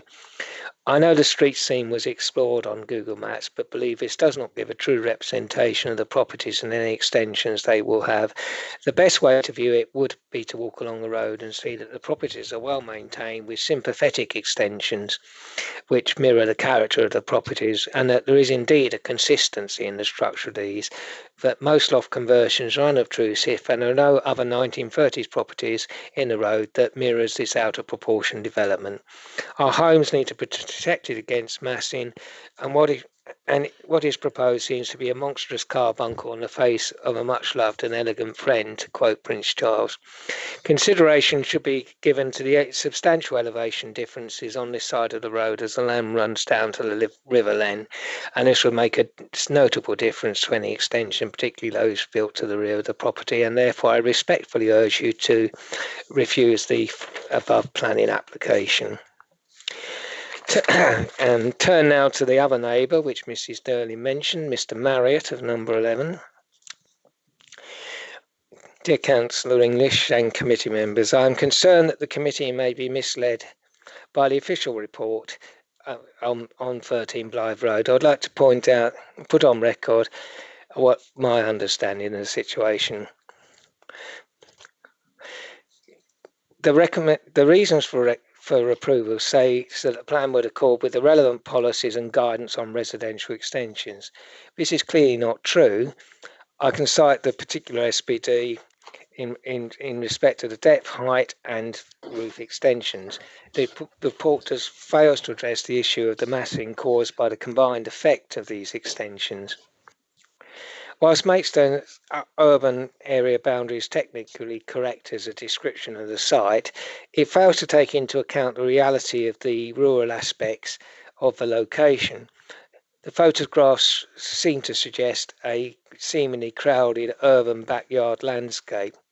The re-extensions would be part pitched with the same eaves as overall height as a single-storey side and part flat roof, according to the report, but this is unclear and misleading. There is no mention of the fact that the extension reaches 4.5 metres, exceeding the supplementary planning guidance and the general development order guidelines. The importance of ground levels in the report is also understated. There is a significant effect on my property, and this is underplayed in the report, which also says that overshadowing will not result in significant harm, and yet members were rightly concerned by what the phrase significant harm actually means. Clearly, if it's not significant, there is still harm potentially being caused. In conclusion, I would say that there are insufficient grounds put forward in the report to overcome the fact that the proposed application is not in compliance with the supplementary planning document and the general development order. I therefore ask you members to refuse the planning application. I think I see Councillor Powell indicating, but if you wouldn't mind, Councillor Powell, this is actually my ward, so I will go first. I know this road extremely well. I must have walked up and down it hundreds of times, maybe thousands of times in my life. I've been in the back of most of the properties, including the number 11 and number 13 on occasions, and I think that there is some harm caused to number 11, but that the committee were quite rightly concentrated on the harm that was caused to number 15, which is more significant in my opinion. I think that the deferral could have resolved most of those issues, but the applicant has not chosen to take up the proposal that I think might have potentially resolved those issues. Therefore, my view is that because of the substantial harm that the massing of this rear extension does undoubtedly cause to number 15, that this application should be refused. Councillor Mumford, I need to formally propose it first, but I will formally propose it. Councillor Mumford, did you wish to speak at this point? No, you said what I thought. Councillor Powell, you indicated right at the beginning. Yes. Did you wish to come in? Yeah, exactly the same as what you were saying. I can't really understand how this application has come back, considering there's been no material changes, and I'm a little bit kind of miffed as to why the officers can recommend this as well. But I mean, I think you said it all, Councillor English. I mean, if the applicant didn't wish to make the changes that we've actually suggested, which would have helped them, then we're really not left with any position other than to go along with your recommendation for refusal. Thank you. Thank you very much. Mr. Bailey, is it clear why we're recommending refusal here? Do I need to go into any more detail?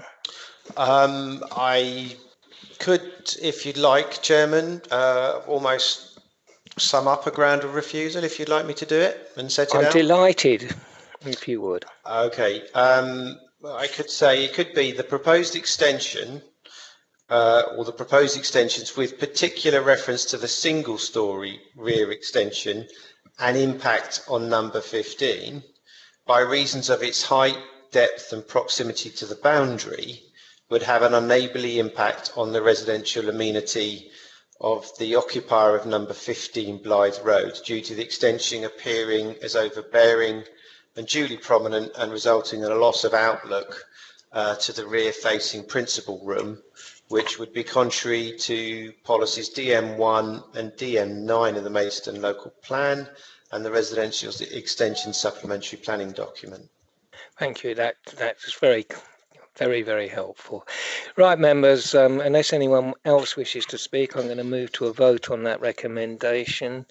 As seconder, I agree with everything that Mr. Bailey said and couldn't have worded it better myself. Thank you very much.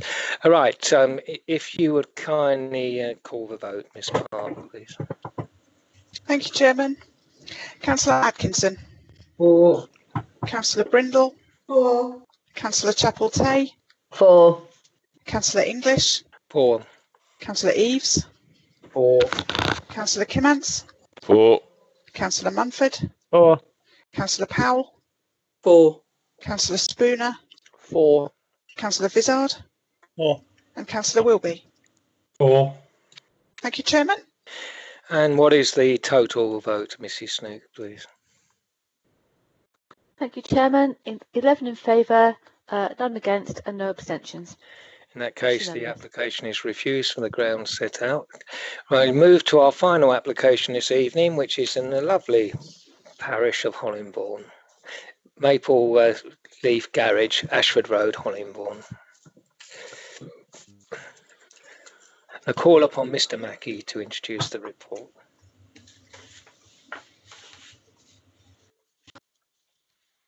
Have we lost Mr. Mackey? Apologies, Chair. No, when I'm loading up the presentation, it doesn't let me take the microphone mute off. So. Oh, right. Sorry about that, Austin. Apologies. I am now back with you. This is item 15, page 58 of the agenda. The site of the former Maple Leaf Garage, Ashford Road, Hollingbourne, quite near to Bearsted. A brief urgent update was published earlier this week, and I'll go through the elements of that as I go through the presentation. The application site is previously developed land, but in the countryside. On page 60 of the agenda, I show a location plan which identifies the site's proximity effectively across the road from the large Woodcut Farm employment designation.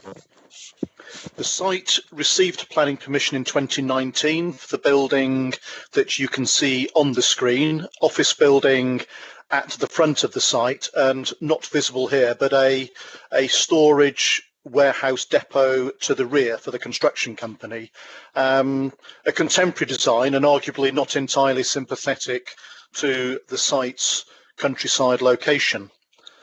The scheme now before members retains the concept of two buildings on the site, one to the front and one to the rear, but the rear building is now an office building rather than a construction materials depot. The point of access is as previously approved. Since submission, the applicant has added additional tree planting along the frontage. We also have two ecological corridors on the two principal site boundaries. So adjacent to the Caravan Club, it's proposed that there is a circa 2 to 3 metre wide landscaped boundary that would effectively add to the hedgerow that exists on the Caravan Club site. The area shown in blue here is a stream bed that is in control of the applicant, but it will be fenced off, but we're seeking ecological enhancements to that.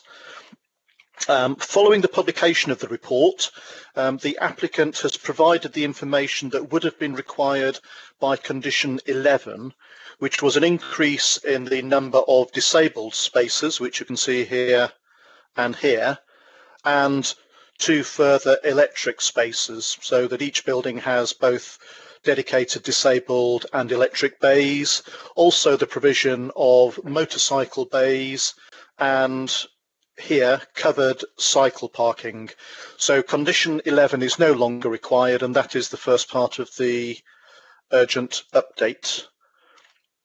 The drawn elevations don't particularly do the building any favours because of their style, but you can see a brick plinth, weatherboarding and a tiled roof, but they do help to show that both buildings will have solar PV arrays on them. This shows the buildings in a much better context. The office building to the front will be slightly smaller than the previously approved office building. The office building at the back will be larger than the previously approved depot, and there will be a net increase in office floor space and total floor space compared to the previous approval. But officers consider that the far more sympathetic rural typology, the improved landscaping and the opportunity for ecological improvement far outweighs the small net increase in employment floor space. KCC are happy with the entrance design. They have asked for clarification on sightline, so my second recommendation to members is that I add a condition, a new condition 11, which requires that prior to any of these buildings going above DPC level, the applicant submits a safety audit of the junction just to confirm that the sight lines are okay, and therefore we can agree the fence lines. This final picture shows the roadside view. So this is the view as if you were approaching Bearsted. The greenfields on the site, of course, will be the location of the Woodcut Farm employment site. On the left here, there is currently a redundant and quite an attractive lay-by. KCC have now agreed with the applicant's request to have that lay-by removed, and the applicant will therefore enhance the verge and put meadow planting along the verge. So we've got all of the usual conditions requiring the incorporation of solar PV, bird bat and other boxes and bees, of course, on the building. There are conditions requiring the landscaping to be approved, the detail of the fencing to be approved, because we don't quite like this industrial style here, so we want something more appropriate for its setting. We think it's a substantial improvement over the previous approval, and subject to the amended condition 11, we recommend approval. Thank you. Thank you very much. I have one short speech that's been submitted by Hollingbourne Parish Council in the name of Councillor O'Meara. Hollingbourne Parish Council objects to the application on the following grounds: overdevelopment of the site, which is situated in open countryside and adjacent to the Bearsted Caravan and Motorhome Park. A letter from the club have raised their objection to development of this site. The previous permitted application was for an office building of circa 700 square metres. The new application doubles the size of these buildings to 1,100 square metres, which would have a huge visual and environmental impact on the open countryside to the detriment of the residential homes nearby and the wider community. The A20 Ashford Road is a busy main road with huge volumes of traffic. The speed limit along the stretch of road outside the proposed development is 60 miles an hour. The access to the new development is on a bend in the road and near the crest of a hill. Increased capacity and vehicle movements to and from the site could potentially create a hazard. Councillor O'Meara, Hollingbourne Parish Council. Can I just ask you a question, Austin? Sure. In your report, you very clearly said that this was a small increase in floor area, right? Yes, in the context of the scheme as a whole, but it is as the parish say, 700 to 1,100, but it's fair enough. A change in the character of vehicles, so we would no longer have the larger commercial vehicles that would have been associated with the depot building at the rear. Right. Okay. Yeah. Sorry, I just needed to clarify that because I don't know. I wasn't quite sure what sort of quantum of increase we were actually talking about there. Right. Let's see. Councillor Spooner, that was on the last one. Councillor Wilby, are you indicating you wish to speak on this application?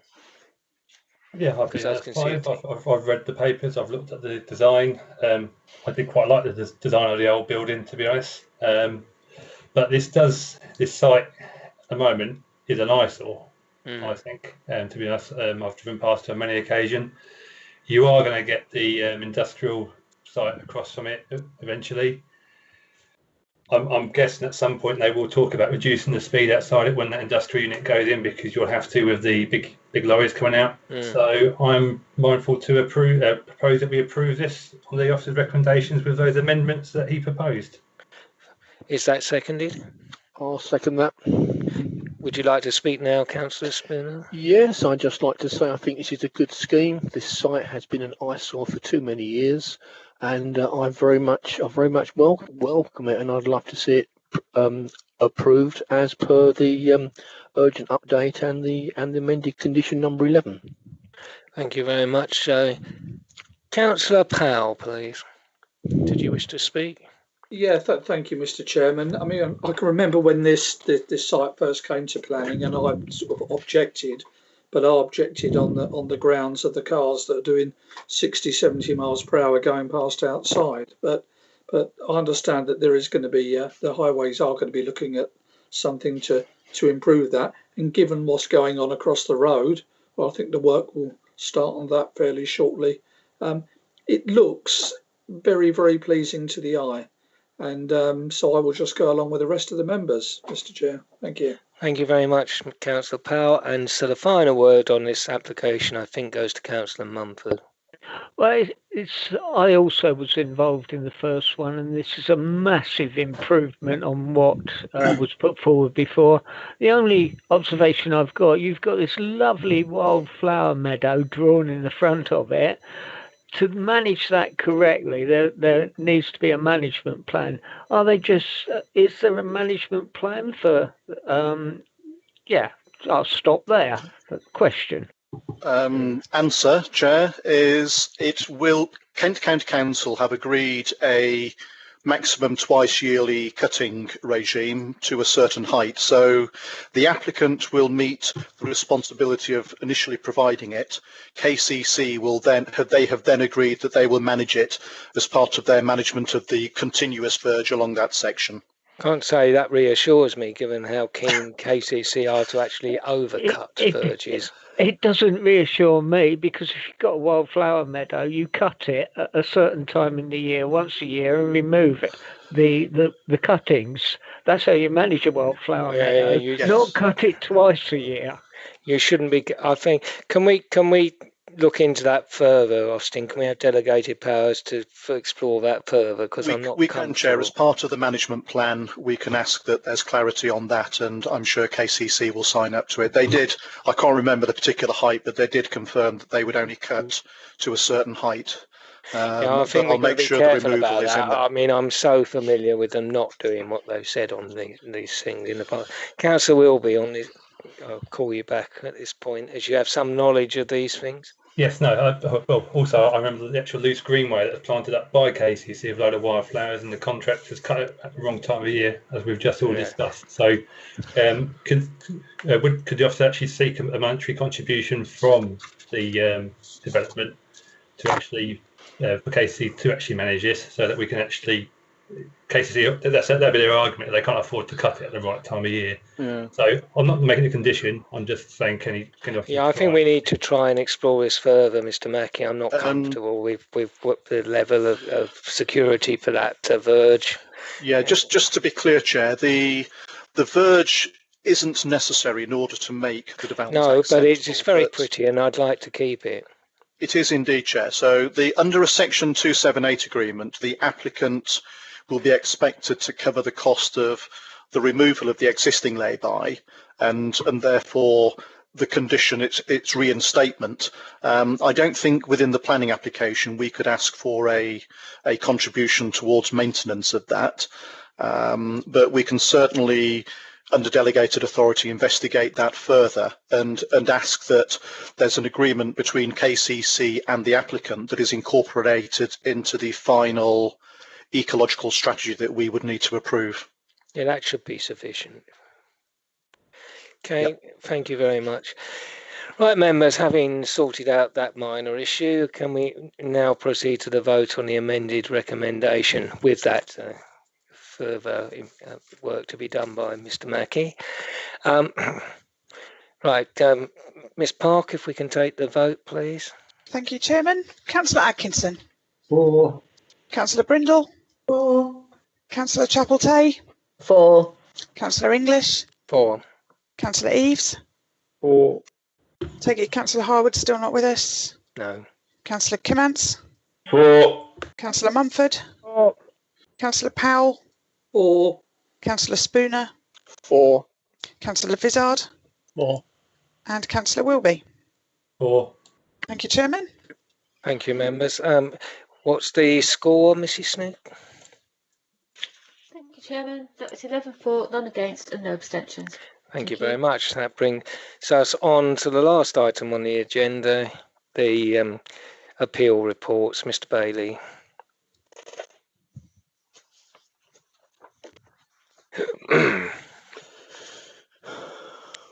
Mr. Bailey, are you with us? Chasing mice. He may be chasing mice, Chair. Shall I filibuster whilst the reappears? Yes, I'm back here. Sorry, I was doing what everyone else has done tonight, chasing mice around the room.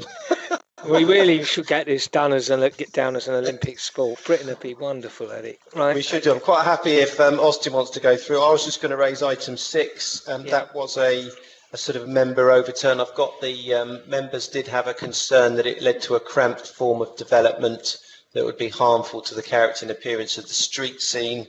Obviously, the inspector didn't concur with that view and thought that it was acceptable in terms of the context of the street scene. I would just like to add, generally, this generally carries on the good performance we've had. You'll get in your SPI report soon. You'll be having the Q2 results coming to you, and on appeals, we're sitting at about 73%. So 2% down on our target level of 75% for appeals. But again, I think that's pretty good for half-yearly results on appeals, and it continues as we've been going from the start of the financial year. Thank you, Chairman. Thank you very much, Mr. Bailey. Any questions? No? Well, thank you for the report and the good work of officers in defending appeals is noted and with gratitude. Long may it continue. Much appreciated. May I thank members and officers for their relative brevity. We might be giving other officers that nickname in due course, and members. And this evening, it's not been the easiest of meetings in some ways, but we got to the end and we won't need an adjourned meeting, so well done. Have a nice evening. Oh, Chairman, can I just raise something? Hang on, members. Members, can I just raise something? Obviously, you'll note that you had your... we circulated the slides for the presentation late this time, so I send my apologies out for that. But I was just going to ask, it is quite a difficult chance for us to get those all together and published on the same day as we publish the papers. I was just wondering, do members still find them useful? And if you do so, would you prefer to have them emailed out? And I could then it enables us an email them out slightly later, say on a Monday. So obviously the Monday before the meeting. Is that something that members would entertain? It's just... Well, Monday's soon enough for me, but what do other people think? Any I think the Monday before is fine, and it saves a huge wad of paper being used as well. So, email it all out for the Monday before. Yeah, it saves the paperwork if possible. Okay, so you still want the presentation emailed out to you, but we'll just email it out as a PDF version to you. Is that okay? Yeah, that's fine. Okay, thank you, members. Sorry about that. Yeah, it is useful, but we don't need to, go to the cost of printing things. We don't need to print. No, that's good. Thank you. Thank you very much indeed. Have a nice evening, ladies and gentlemen. Good night, members. Thank you very much. Thank you. Good night, everyone. Paul, you still there, Paul? Yeah, I'm still here, yeah.